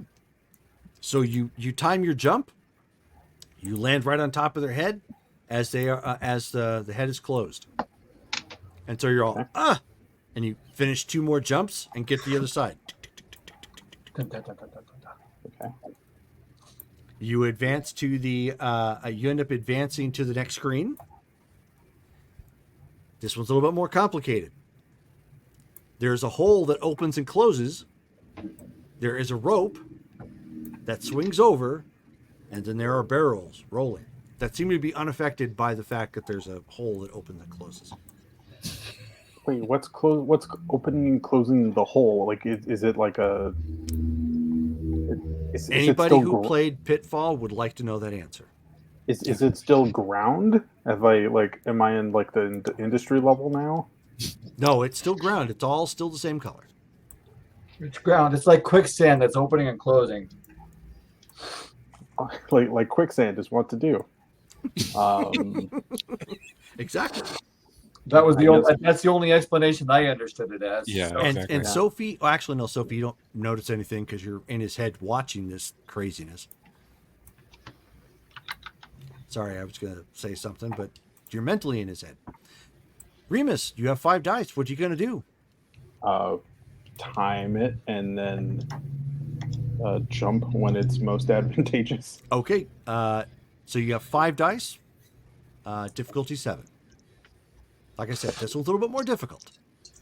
You got to time the rope and swing past before you either get dropped in the hole or rolled over by the barrels. Is this session sponsored by like Atari like arcade classics? No, it's sponsored by the person with the invitation, though. That's 3 successes. Okay. So you pause and you wait, and you go, ha! Boom, boom. You jump over the two barrels real quick, but your jump puts you right in the way of being swallowed up by the hole. So you have to roll again. You've got 6 dice at this point. Actually, still 5 dice at this point. To grab a hold of the rope so you don't fall in. Okay. That is no successes. Oh, no success. Nah, it's all 2s and 4s. Oh, ouch. So you jump up, miss the rope, and they go right into the hole. And you just hear, and then boing, you appear right back at the beginning. Like at the beginning, like where Laura Croft was, or at the start of the screen? Yeah, like where Laura Croft was. Oh, wait, so I have to do all that all over again? Wah, wah, wah, wah.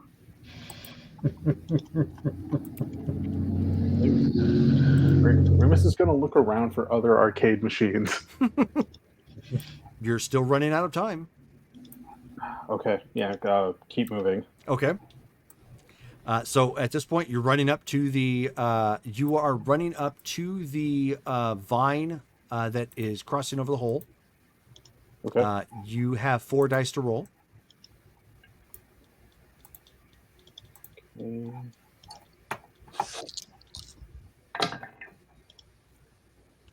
Okay.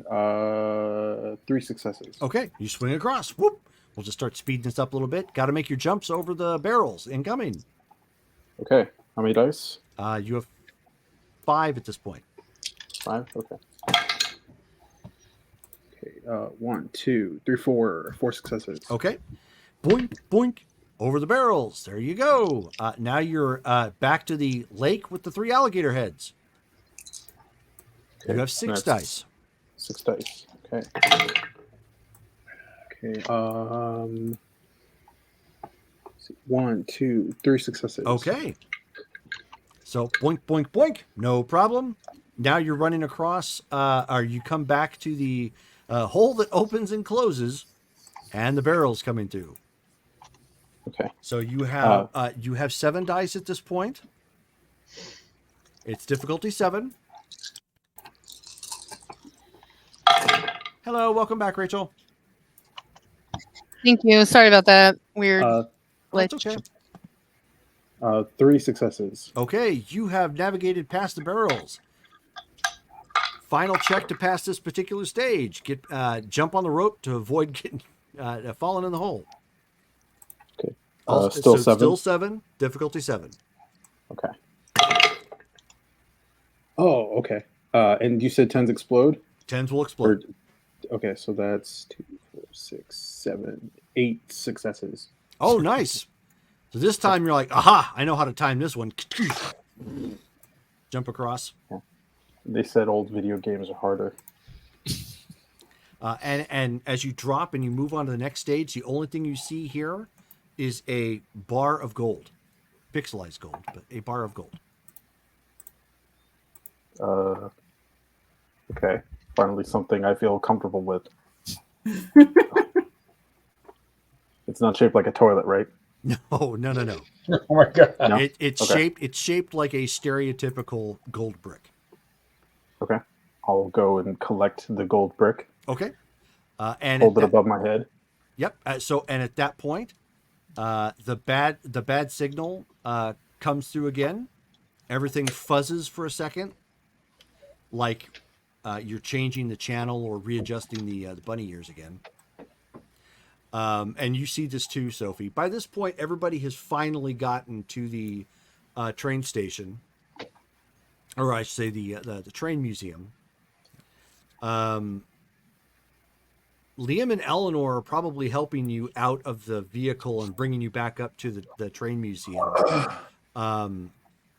Sophie, you're going to have to break contact if you're going to follow them up.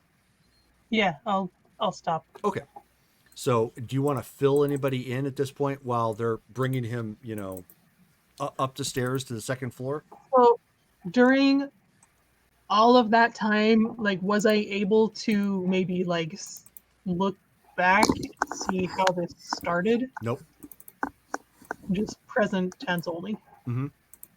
The only thing that you notice different now is that he twitches more as they are taking him upstairs.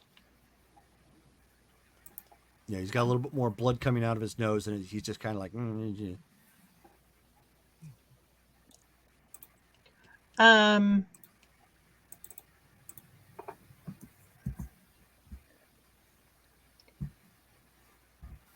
Can I touch his blood and try and like see if there's any weird quality to it? Yep, no weird quality to it. It doesn't smell funny. Nope. I don't want to taste it. We've been Smells there. like Mountain Dew. Smells like gamer fuel. Smells like Teen Spirit. As we're all walking in and Remus is being carried, Ben's gonna look at Remus with the aura perception, see if something weird's going on with his aura. Which, speaking of which, I have pictures now of the train museum on the wiki. So if anybody would like to take a look at there, I don't want to repost them. But you can take a look at what the place looks like, as well as kind of what it looks like on the inside. They even have a mammoth tusk on display. Because nothing says railroads like a mammoth tusk. Of course. As I get to the others, I'm going to say I can't get any sense out of this. It looks like he's stuck in some weird 80s video game. Like he's literally playing it in his brain. And he's discussing with his other self like strategy on how to beat it. But I couldn't like move anywhere. It was like completely taking over his brain. Jerome, with 2 successes on aura perception, do I see anything weird with Remus's aura? Oh yeah, it's all over the place. Okay. Like you could tell, like, and that, actually, because you've aura percepted him, you can tell he's conscious because it's coming up in the aura. There's confusion, there's frustration, there's elation. You know, for some reason, something happened. Maybe you made him happy or something. So something's going on, and he's clearly responding to it, but none of it makes any sense. He's not responding to any of you. Static. Yeah, so Ben's like, he is all over the place, colors everywhere. Like he's happy and sad sometimes, but he's got a lot of confused stuff. So he's seeing a video game. He's in a video game. What? Yeah, I don't know. It's like those weird 8-bit ones that I'm way too young to have played. Is he a member of a clan that engages in mental combinations of some type? He's a gangrel. He's a gangrel? With a side of Ventru. I like how you put that. That's great. Sansa she doesn't have anything to contribute to this conversation. She is just taking it in. Well, video game. You might want to consider sedating him so that whatever is participating in his conscience is not actively aware of whatever we discuss. Is anyone versed in dominate? Yes. You only have presidents that dominate. What about impaling him? Yeah, I mean, we could stake him. But it's not gonna. That doesn't knock us out. Yeah, that's Well, not. I'm sure in the state he's in, you could feed him something like Valium, and it would have the same effect. I'm not talking about anything radical. I mean, you're considering the mental state you're describing, pumping him full of Valium or some version thereof would achieve the same effect. Wouldn't that have to be in the blood, though?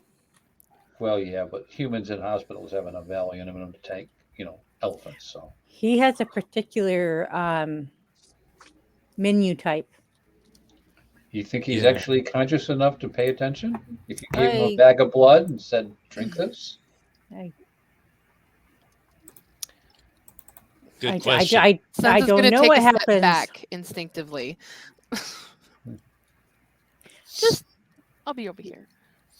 I've never tried to feed someone blood that wasn't on their menu.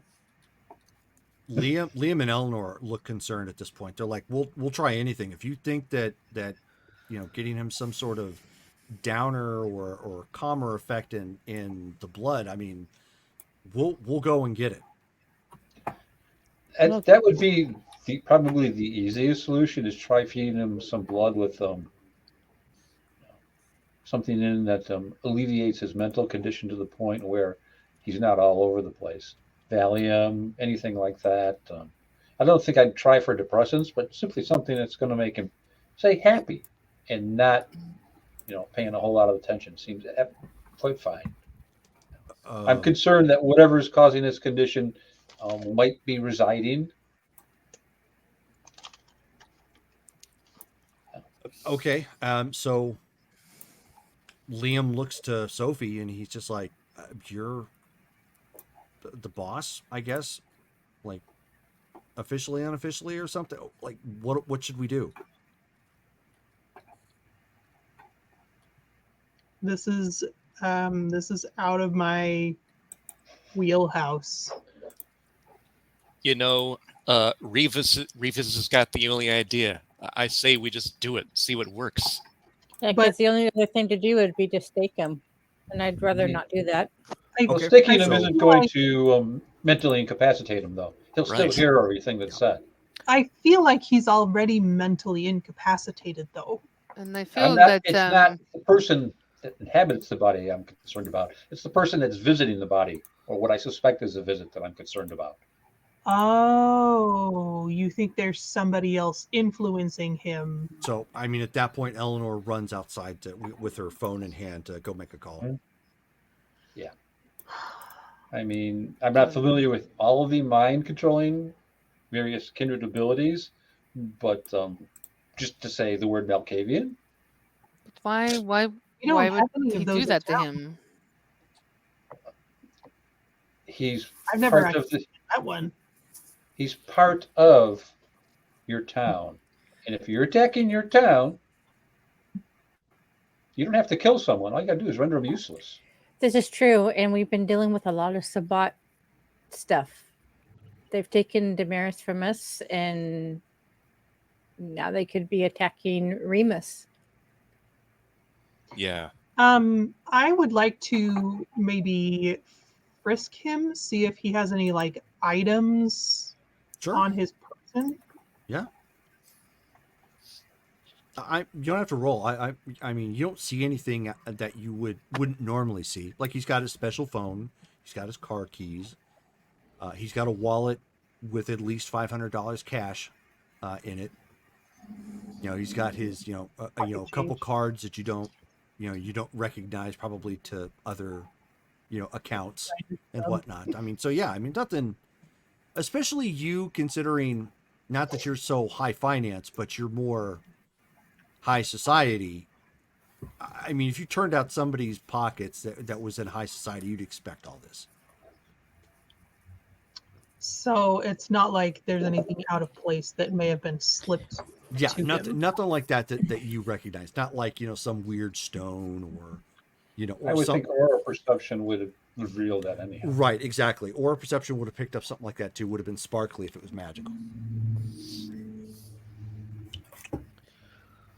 So while you guys are doing that, and Eleanor rushed outside to go make her phone call, the fuzziness stops for a second, and you two, you can make out the shape of Benedict standing next to you at this point, but you can't really see him, but you can kind of make it out. And he's like, "Okay, so we made it out of the pitfall thing, and I can see you. Now what's going on?" And then all of a sudden you start to hear this My life be like ooh ah, my life be like ooh ah. And he starts like looking around, and then you see this, and you end up seeing this like like a modern graphic come up, and it says NFS.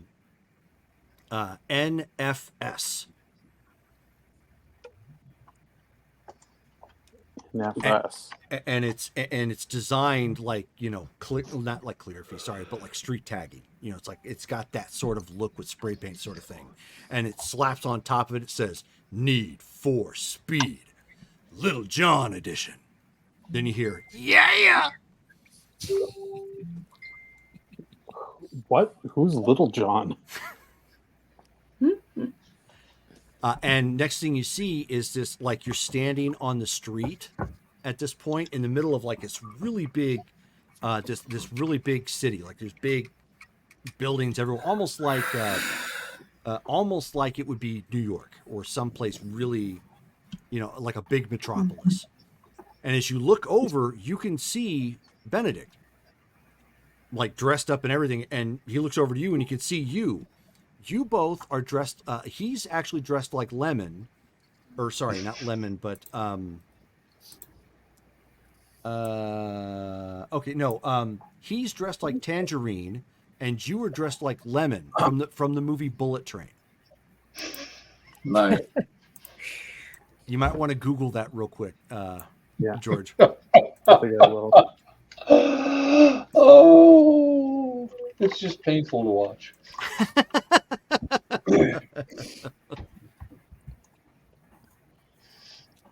Okay. Do you have a picture of him pulled up?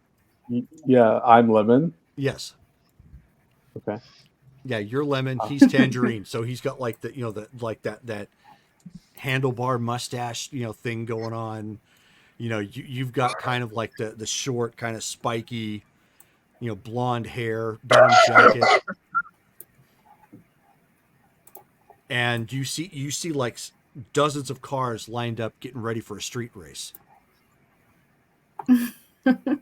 Are we still in 8-bit? No, this is like a next gen looking game. Like very slick looking graphics, you know, very very lifelike looking, you know, characters and whatnot. And Benedict's like, did he graduate to Nintendo 64? oh no, way beyond that. Yeah. And he's like looking at himself, 2. and he's like, Remus, why do we look like we're ready for a 70s dance-off? I have no idea what is happening. Are we being mind controlled right now? Is there some clan that can put us in an illusory world or something? There's a couple, yeah, but nothing like this. Well, I mean, I suppose it could be a Malkavian, but there's not enough jokes. Do we even know a Malkavian? I don't think I've met one before. I have, but not here. And he wouldn't be doing anything like this. Okay. And so you can see, like, you know, there's a countdown that's going right now nearby, you know, countdown to the start of the race. Oh god, those games with countdowns. I guess we have to race. Is there a car that looks like the creamsicle? There is only one car here that's currently got the doors up, waiting for it. Everybody else is standing by their ride. The vehicle in question, again, you might want to Google this so you can drool. Okay. It is the Rayfield Caliburn. Ooh. Oh, yeah. Some people already know what it is. Yeah. Yeah. This looks like an F-Zero car. Yeah. You wish it was real. Yep. Okay. I guess we'll get in that one. The one that doesn't look like it's a real car. So are you reasonably impressed? By the car, I mean. Well, I guess, like, are you asking George or are you asking Remus? I'm asking Remus. I think probably if if I, because I was thinking if Benedict is like a tangible thing like next to me, I was wondering how much of his influence would still be in my head. But yeah, I think the car looks pretty cool. Yeah, because he's looking around at the car and he's just like, "Oh, I gotta have this." Do you want to drive? I took I handled the pitfall. Do you want to drive this one? How good is your drive?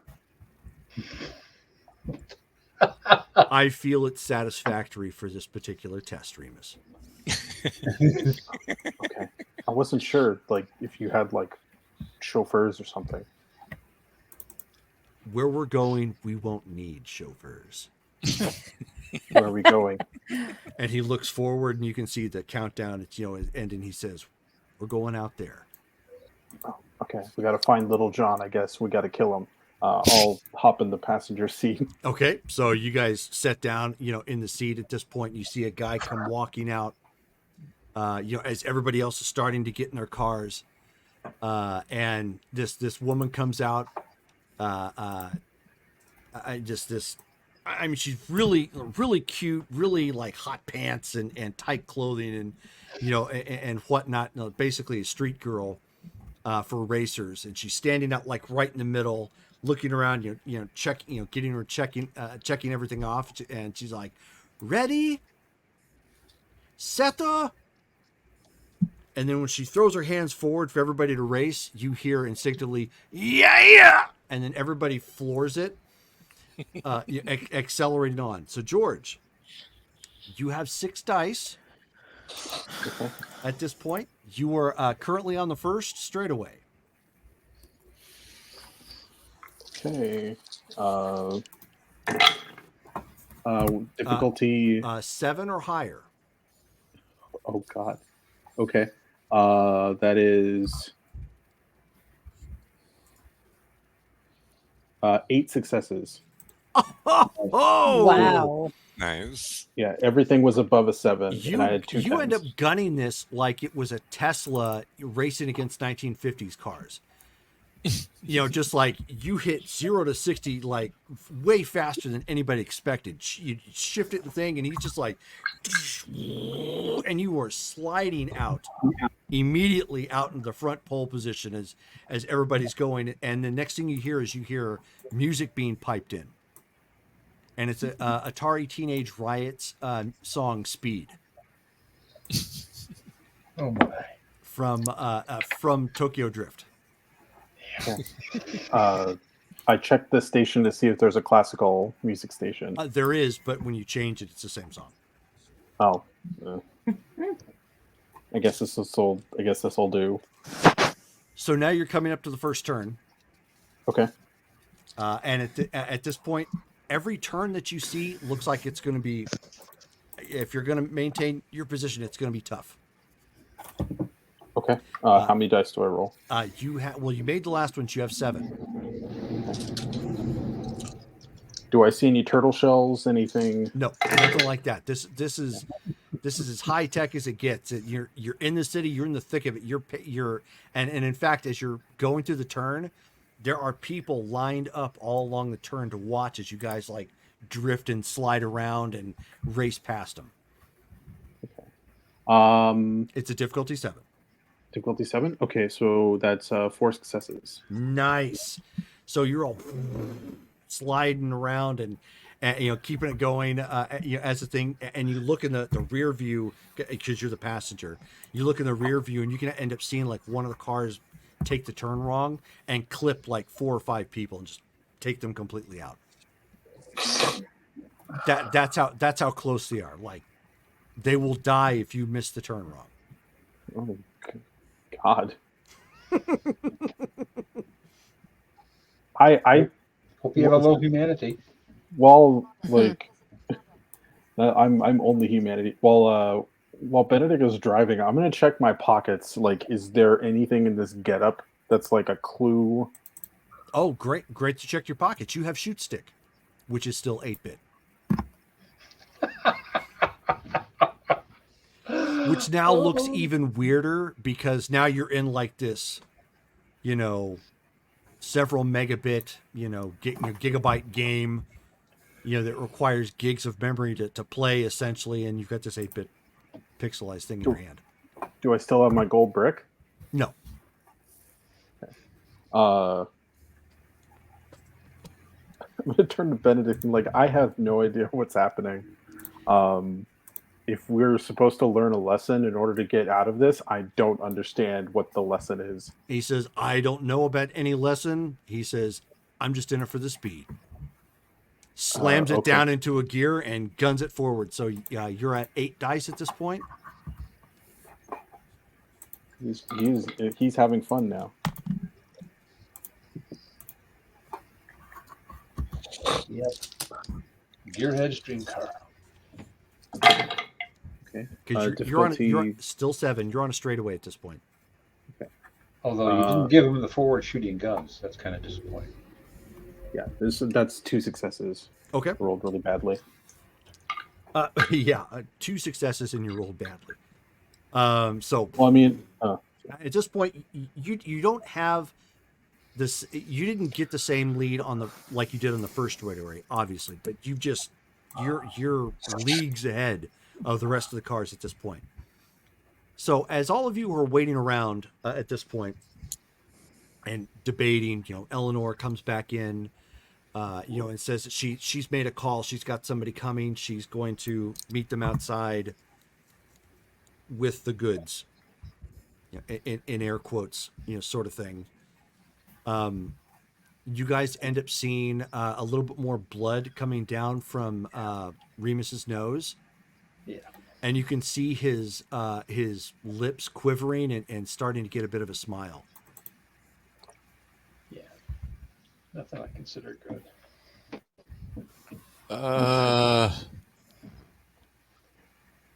Yeah, just hope they get here fast. I don't know if this is a better sign or worse. Ashton, check his aura. Look at his health.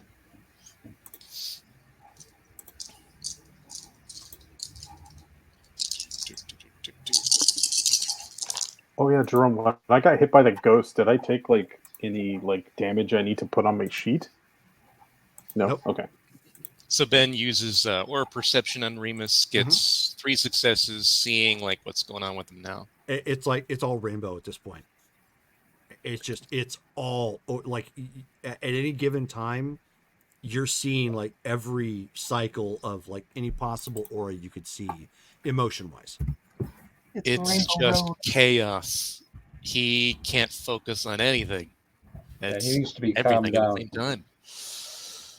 He'll go into overload. It'll probably fry his brain out. That's probably the intent, truthfully.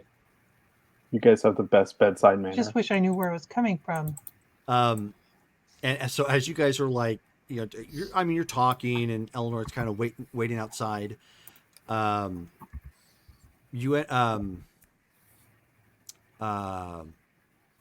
you end up hearing a whistle sound come from your pocket. From a pocket? What? My phone is whistling? Okay, It's a new phone, remember? Oh, that's right. I answer the phone. Okay. You go to answer the phone, there's nobody on the phone. But the little light's kind of flashing for text. I look at my text. Okay. So it's from Carlos. Okay. Texting right in the middle of all this going on. Everything. Yep. Yeah. And he says, so have you decided on what you want to do? Oh, goodness. Tonight? So he sends back another text for whenever your schedule is available. I will let you know, and I text him back. Okay. So he sends a thumbs up emoji. Okay. And that's when you quickly realize whenever you get a text, it's going to whistle. I put it on silent. Okay. It wasn't a really rude thing. It's just it's very obvious. I think it took me by surprise more than anything. I'm like, what the heck? So my pocket's yeah. Okay, so you've put it on silent at that point. Remus. Yeah. Yes. You're coming up to the next turn. Okay. How many dice am I rolling? Oh. Shelly just gave you a free reroll. Oh. So you might want to keep that in mind. So you are rolling, so you had 8 dice before. You're rolling 9 dice coming into this turn. Okay. I'm running out of D10s. Oh, darn. Yeah, it's still, unless I say otherwise, it's all difficulty 7. Okay.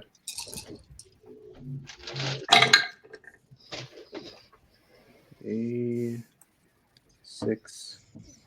Okay. 4 successes. Nice. So you oh wow, actually based on the rules I made here. So at this point you end up seeing Benedict like slam the gears real quick and hit the brakes just right, and he actually drifts at like 90 miles an hour, just like right around the corner, shaving time off of the turn and hitting the straightaway again, just increasing your lead even more. Jeez, you weren't kidding when you said you knew how to drive.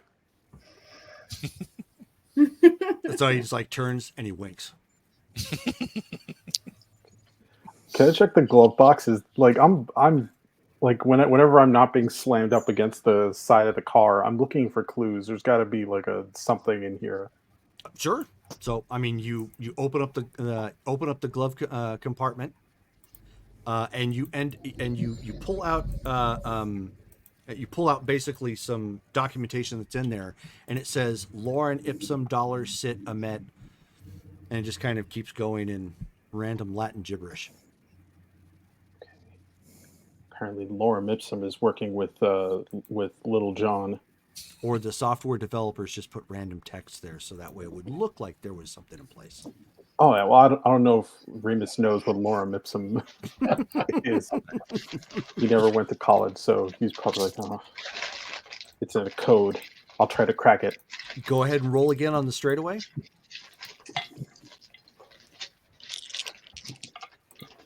Same number of dice? No. 9. 9? Okay. Difficulty 7. 9!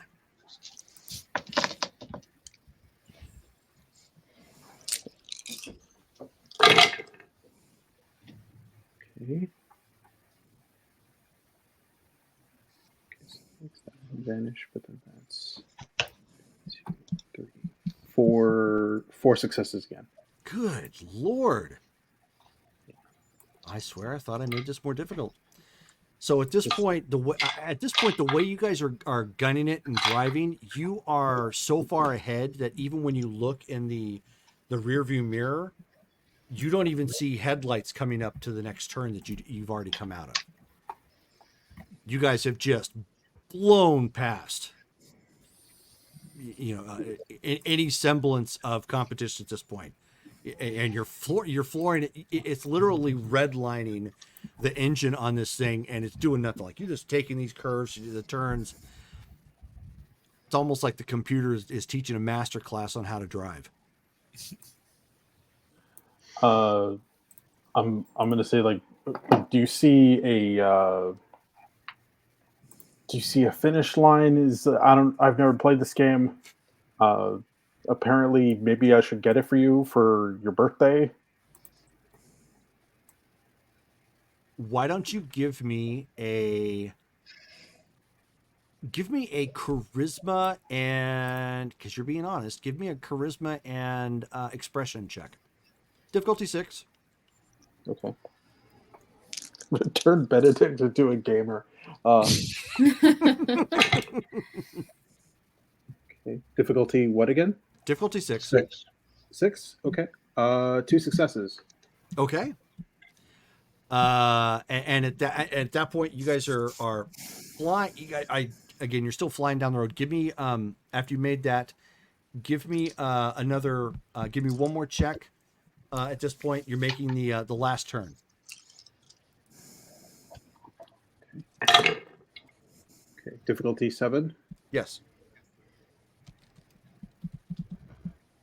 Oh, I can't hear Jerome. Is he? Oh, there he is. Difficulty 7. Yes. Okay, sorry. That's fine. Okay, that is 4 successes, 4 sevens. Wow.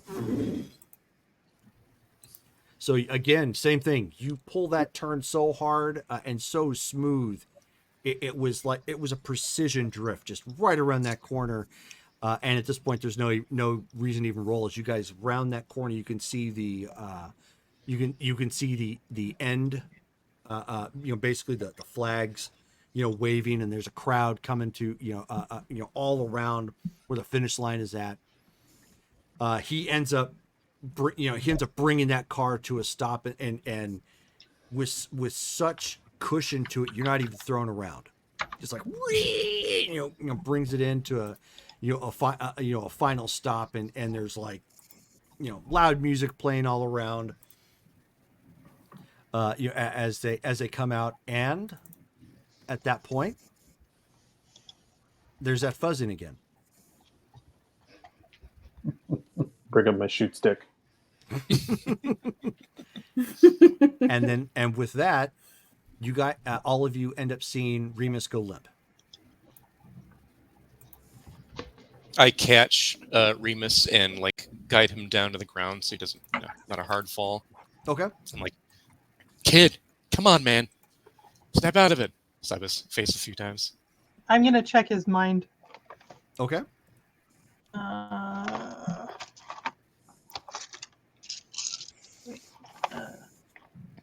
Yes. Ooh, difficulty. I'm not gonna make you roll. Oh. So you're fine. 6 successes. Anyway. Okay, so you're back in his mind. You don't see anything currently. You're connected, but you don't see anything. Am I able to like sift through? Oh, you see. I mean, you see all the memories of what just happened. Just like black screen of death. Kind of. Can I backtrack to when this all started? For memories, yeah. And like examine what happened just before. Mm-hmm. Yeah, he was kind of twitchy and had a scratchy eye and reached out to Benedict, and everything just kind of went gamer.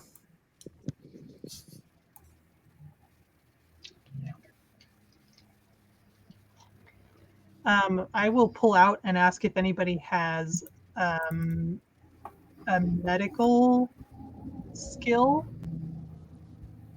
A little bit. Dahlia also has a little bit.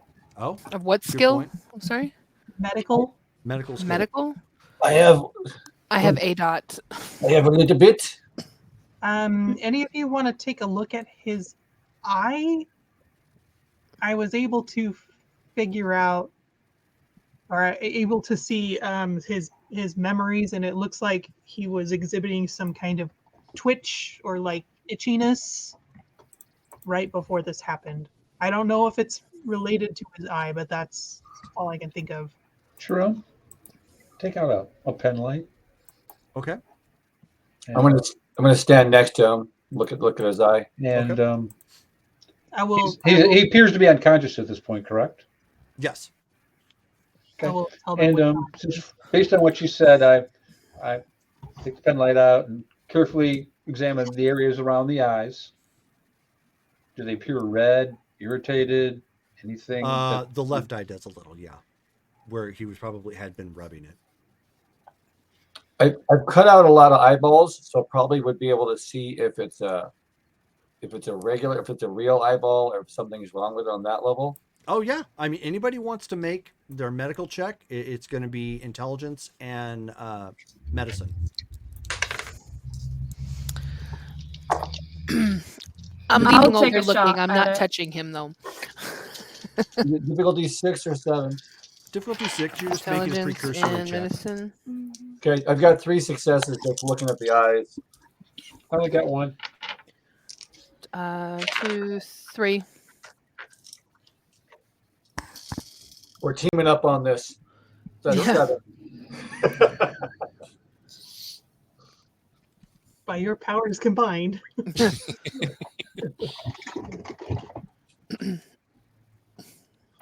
I had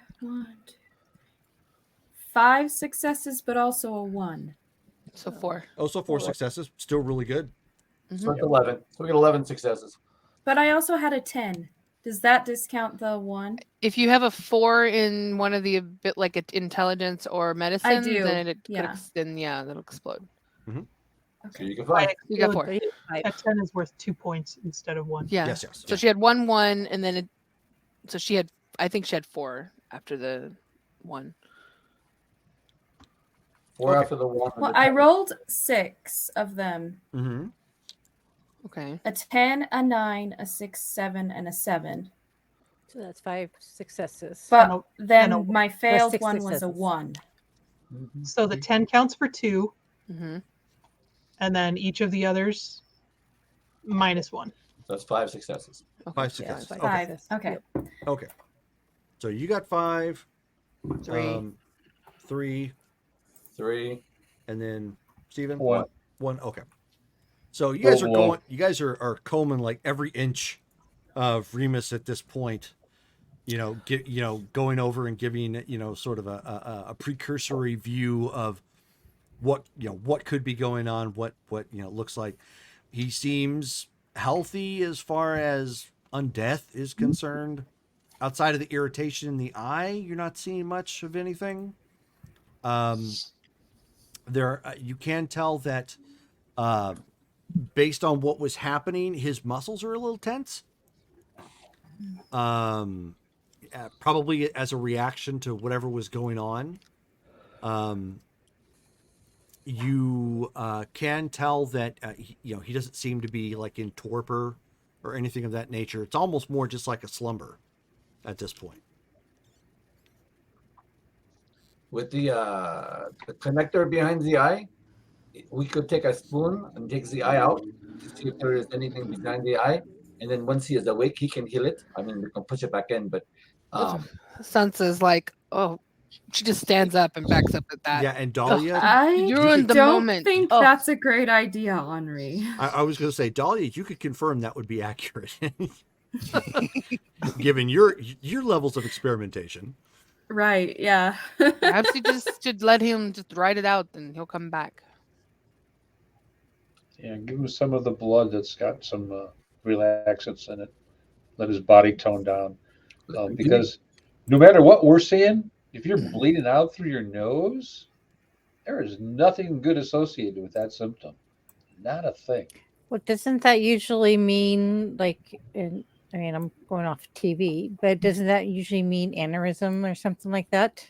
It can be anything. A lot of different things, actually. Yeah, there's a lot of brain conditions that when things go south, you start bleeding out through the nose or the ears. There's also dehydration, Some dried sinuses, exhaustion, let me all tell you.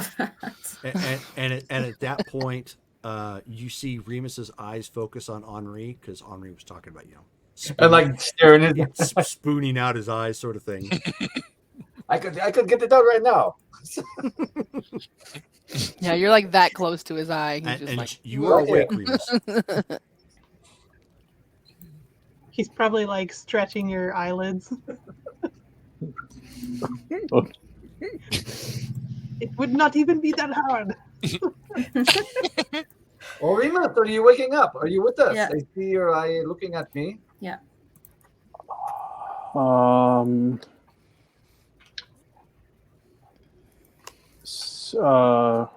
Where am I? Where At the train museum. The train museum, yes. I've been in Francis. Better question would be, where were you? Sophie says the video game was it just in your head? We were in a lot of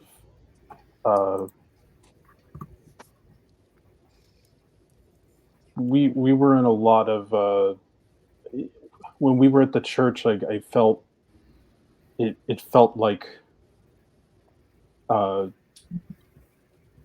it felt like our vision went dark, and then we were suddenly in front of a old screen, and then it became this weird old video game. This one of them, we were being chased by a giant duck, and oh no, it was a dragon, uh, which is apparently immortal.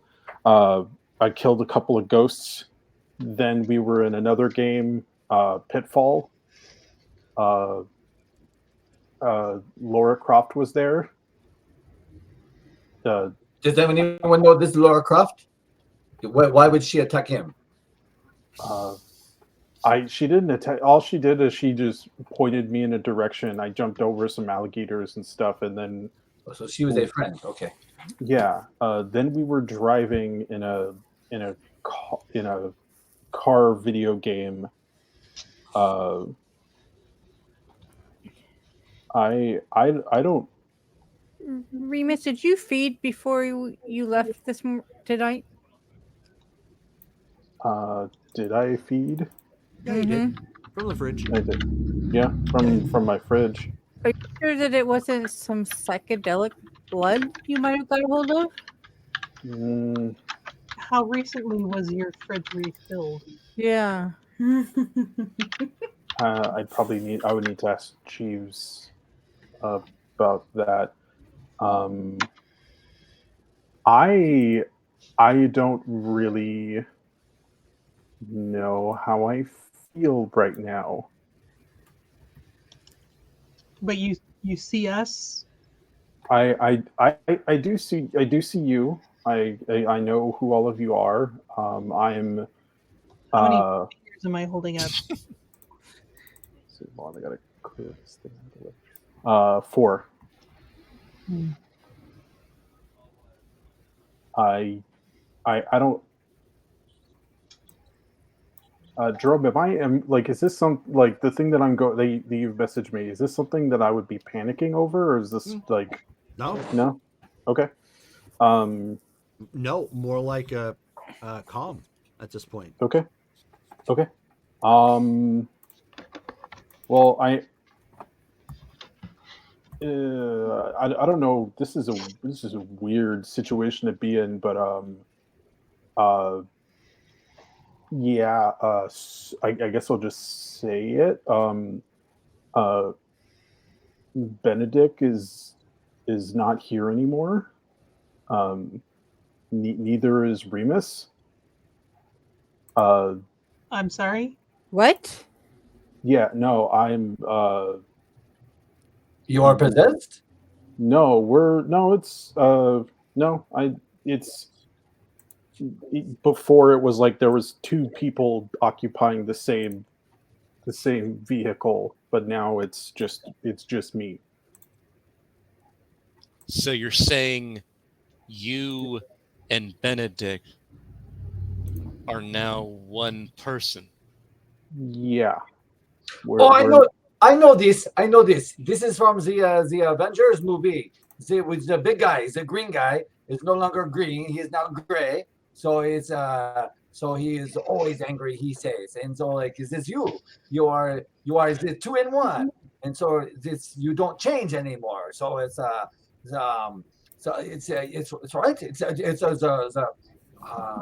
The smasher guy. He say smash all the time. Yes, this is you now. You are the Hulk. Right. Hulk. Yeah. So is this is right? You are does that 2 become 1? I guess so. I'm kind of both of them in one, but I'm kind of neither, I guess. I don't know. So no more phoning Uncle Ben? No. Do you remember your bank account numbers? Yeah. Jerome? General rule, you should not give those out. Yeah. I'm going to be texting Robert. I'm all excited because I knew a pop culture reference. I'm like, I'm so excited. I'm like, what is this? Yeah. I don't know why this happened. I don't know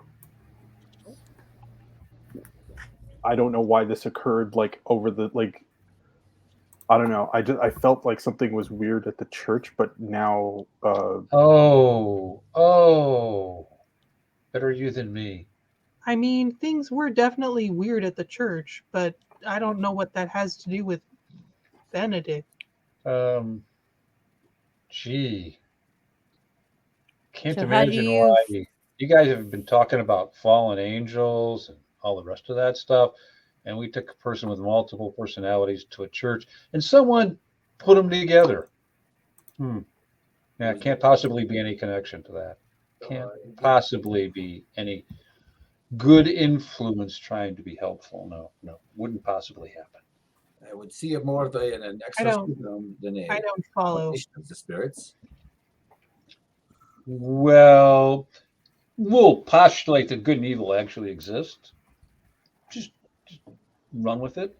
And, you got a demon on one side, and you got a bunch of not necessarily good creatures on the other side trying to get rid of the demon. And then you take the matter to the church and involve the church on church ground with someone who has holy powers, and you bring someone with a multiple personality to that location. So you think he's been depossessed? I think someone decided to exploit the situation and kind of hedge their bet that good wins over evil. But So that's just you're my saying paranoid viewpoint. So he was attacked. So No, I don't think he was attacked at all. He was healed. Well, depends on your point of view, of course, but yeah. Basically, yeah. What does that have to do with video games?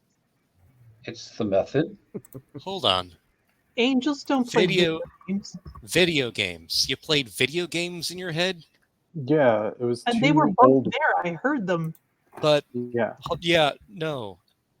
The fight that we had at the cabin with Max Haight and the others. Yeah. Didn't you fight somebody who was acting like a video game character? I fought Henri's assistant who was using like video game powers, like from Street Fighter. Oh, Zachary, yes. But you were the one who fought him. I didn't fight him. Yeah, that was a rough time for old Remus. Should I change my name? Remedict? That sounds dumb. Wow. You're a free vampire. Call yourself anything you want, my friend. I mean, Remus wasn't my original name anyway. Oh, really? No. It's the name I took on when I died. Oh. I mean, I guess that's smart. So are you Gangrel or are you Ventru? Yes. I look at Jerome. No, you're still Gangrel. I mean, that's not going to change. Okay. No, I think I'm still Gangrel. Do you still crave hot people?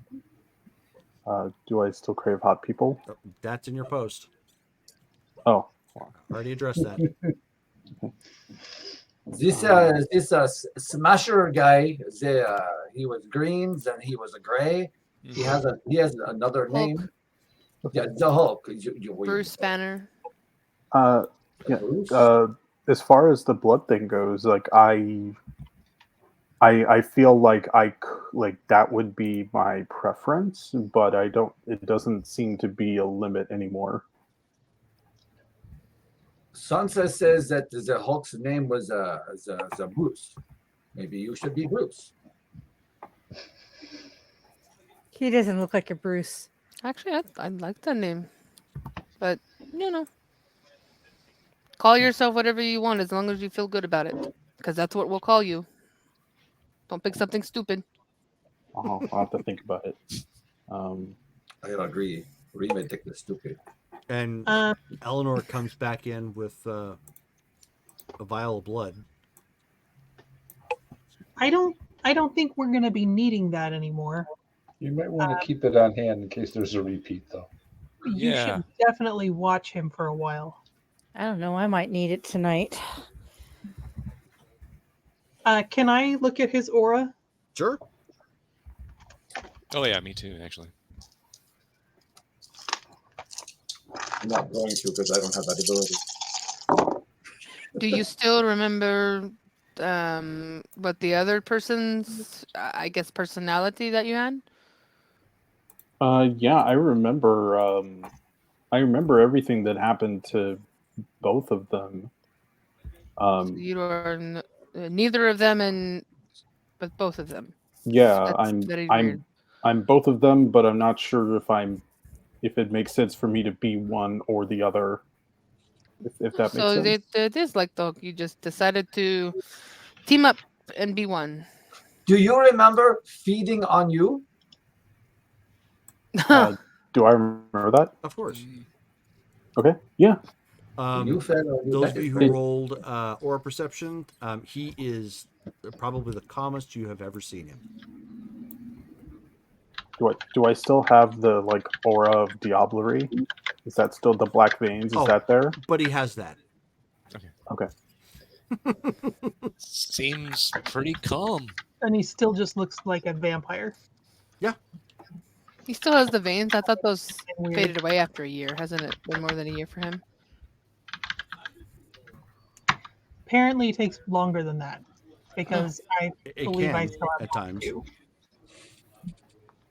Suppose it depends on how powerful the blood was. Yeah, the generation. Well, congrats, kid. I mean, if that's what's going on, it seems like you're feeling okay. I mean, good job. Your timing sucks. So this. I don't know. I think it's pretty great timing. We need everybody at tip-top shape, kind of like what Rivas is saying. It's great. Maybe we should take another stop at another church. Don't touch the holy water. Yeah, Yeah. So touch this- holy water. This really Yeah. is your first day. I found out. Oh. Oh, we lost Rivas. Yeah, he messaged he's got to go. Oh. Because of the time difference and whatnot. And so that is where we're actually going to stop for the night. For game. I promised big surprises and whatnot, so big changes. All right. So I hope you guys had fun. I certainly did. I've had that in my hip pocket for about a month and a half now. All right. I want to do a call out to Rain and Sebastian. Thanks for coming and watching us. Who's that? Rain and Sebastian. Oh, I was like, who's Remus and Bastion? I was like, yeah. That's not. I don't like this. Oh, well, thank you. Thank you for tuning in and watching. So our next game is actually coming up tomorrow. It is our Marvel Superheroes game. We're going to jump back into the role of the Legacy, and we're going to find out just what's going on in the war for in Argentina. That's going to start at 6 p.m. Mountain Standard Time. Feels like a whole year since we played. It was last year. Yep. Mm-hmm. And then Ashland by Night, Blood Ties is going to be taking place on January 14th. So if you're interested in seeing how the other side lives in Ashland by Night, go ahead and tune in there. We'll have some of the same characters and some different ones making their appearances. It should be fun to see where it goes from there.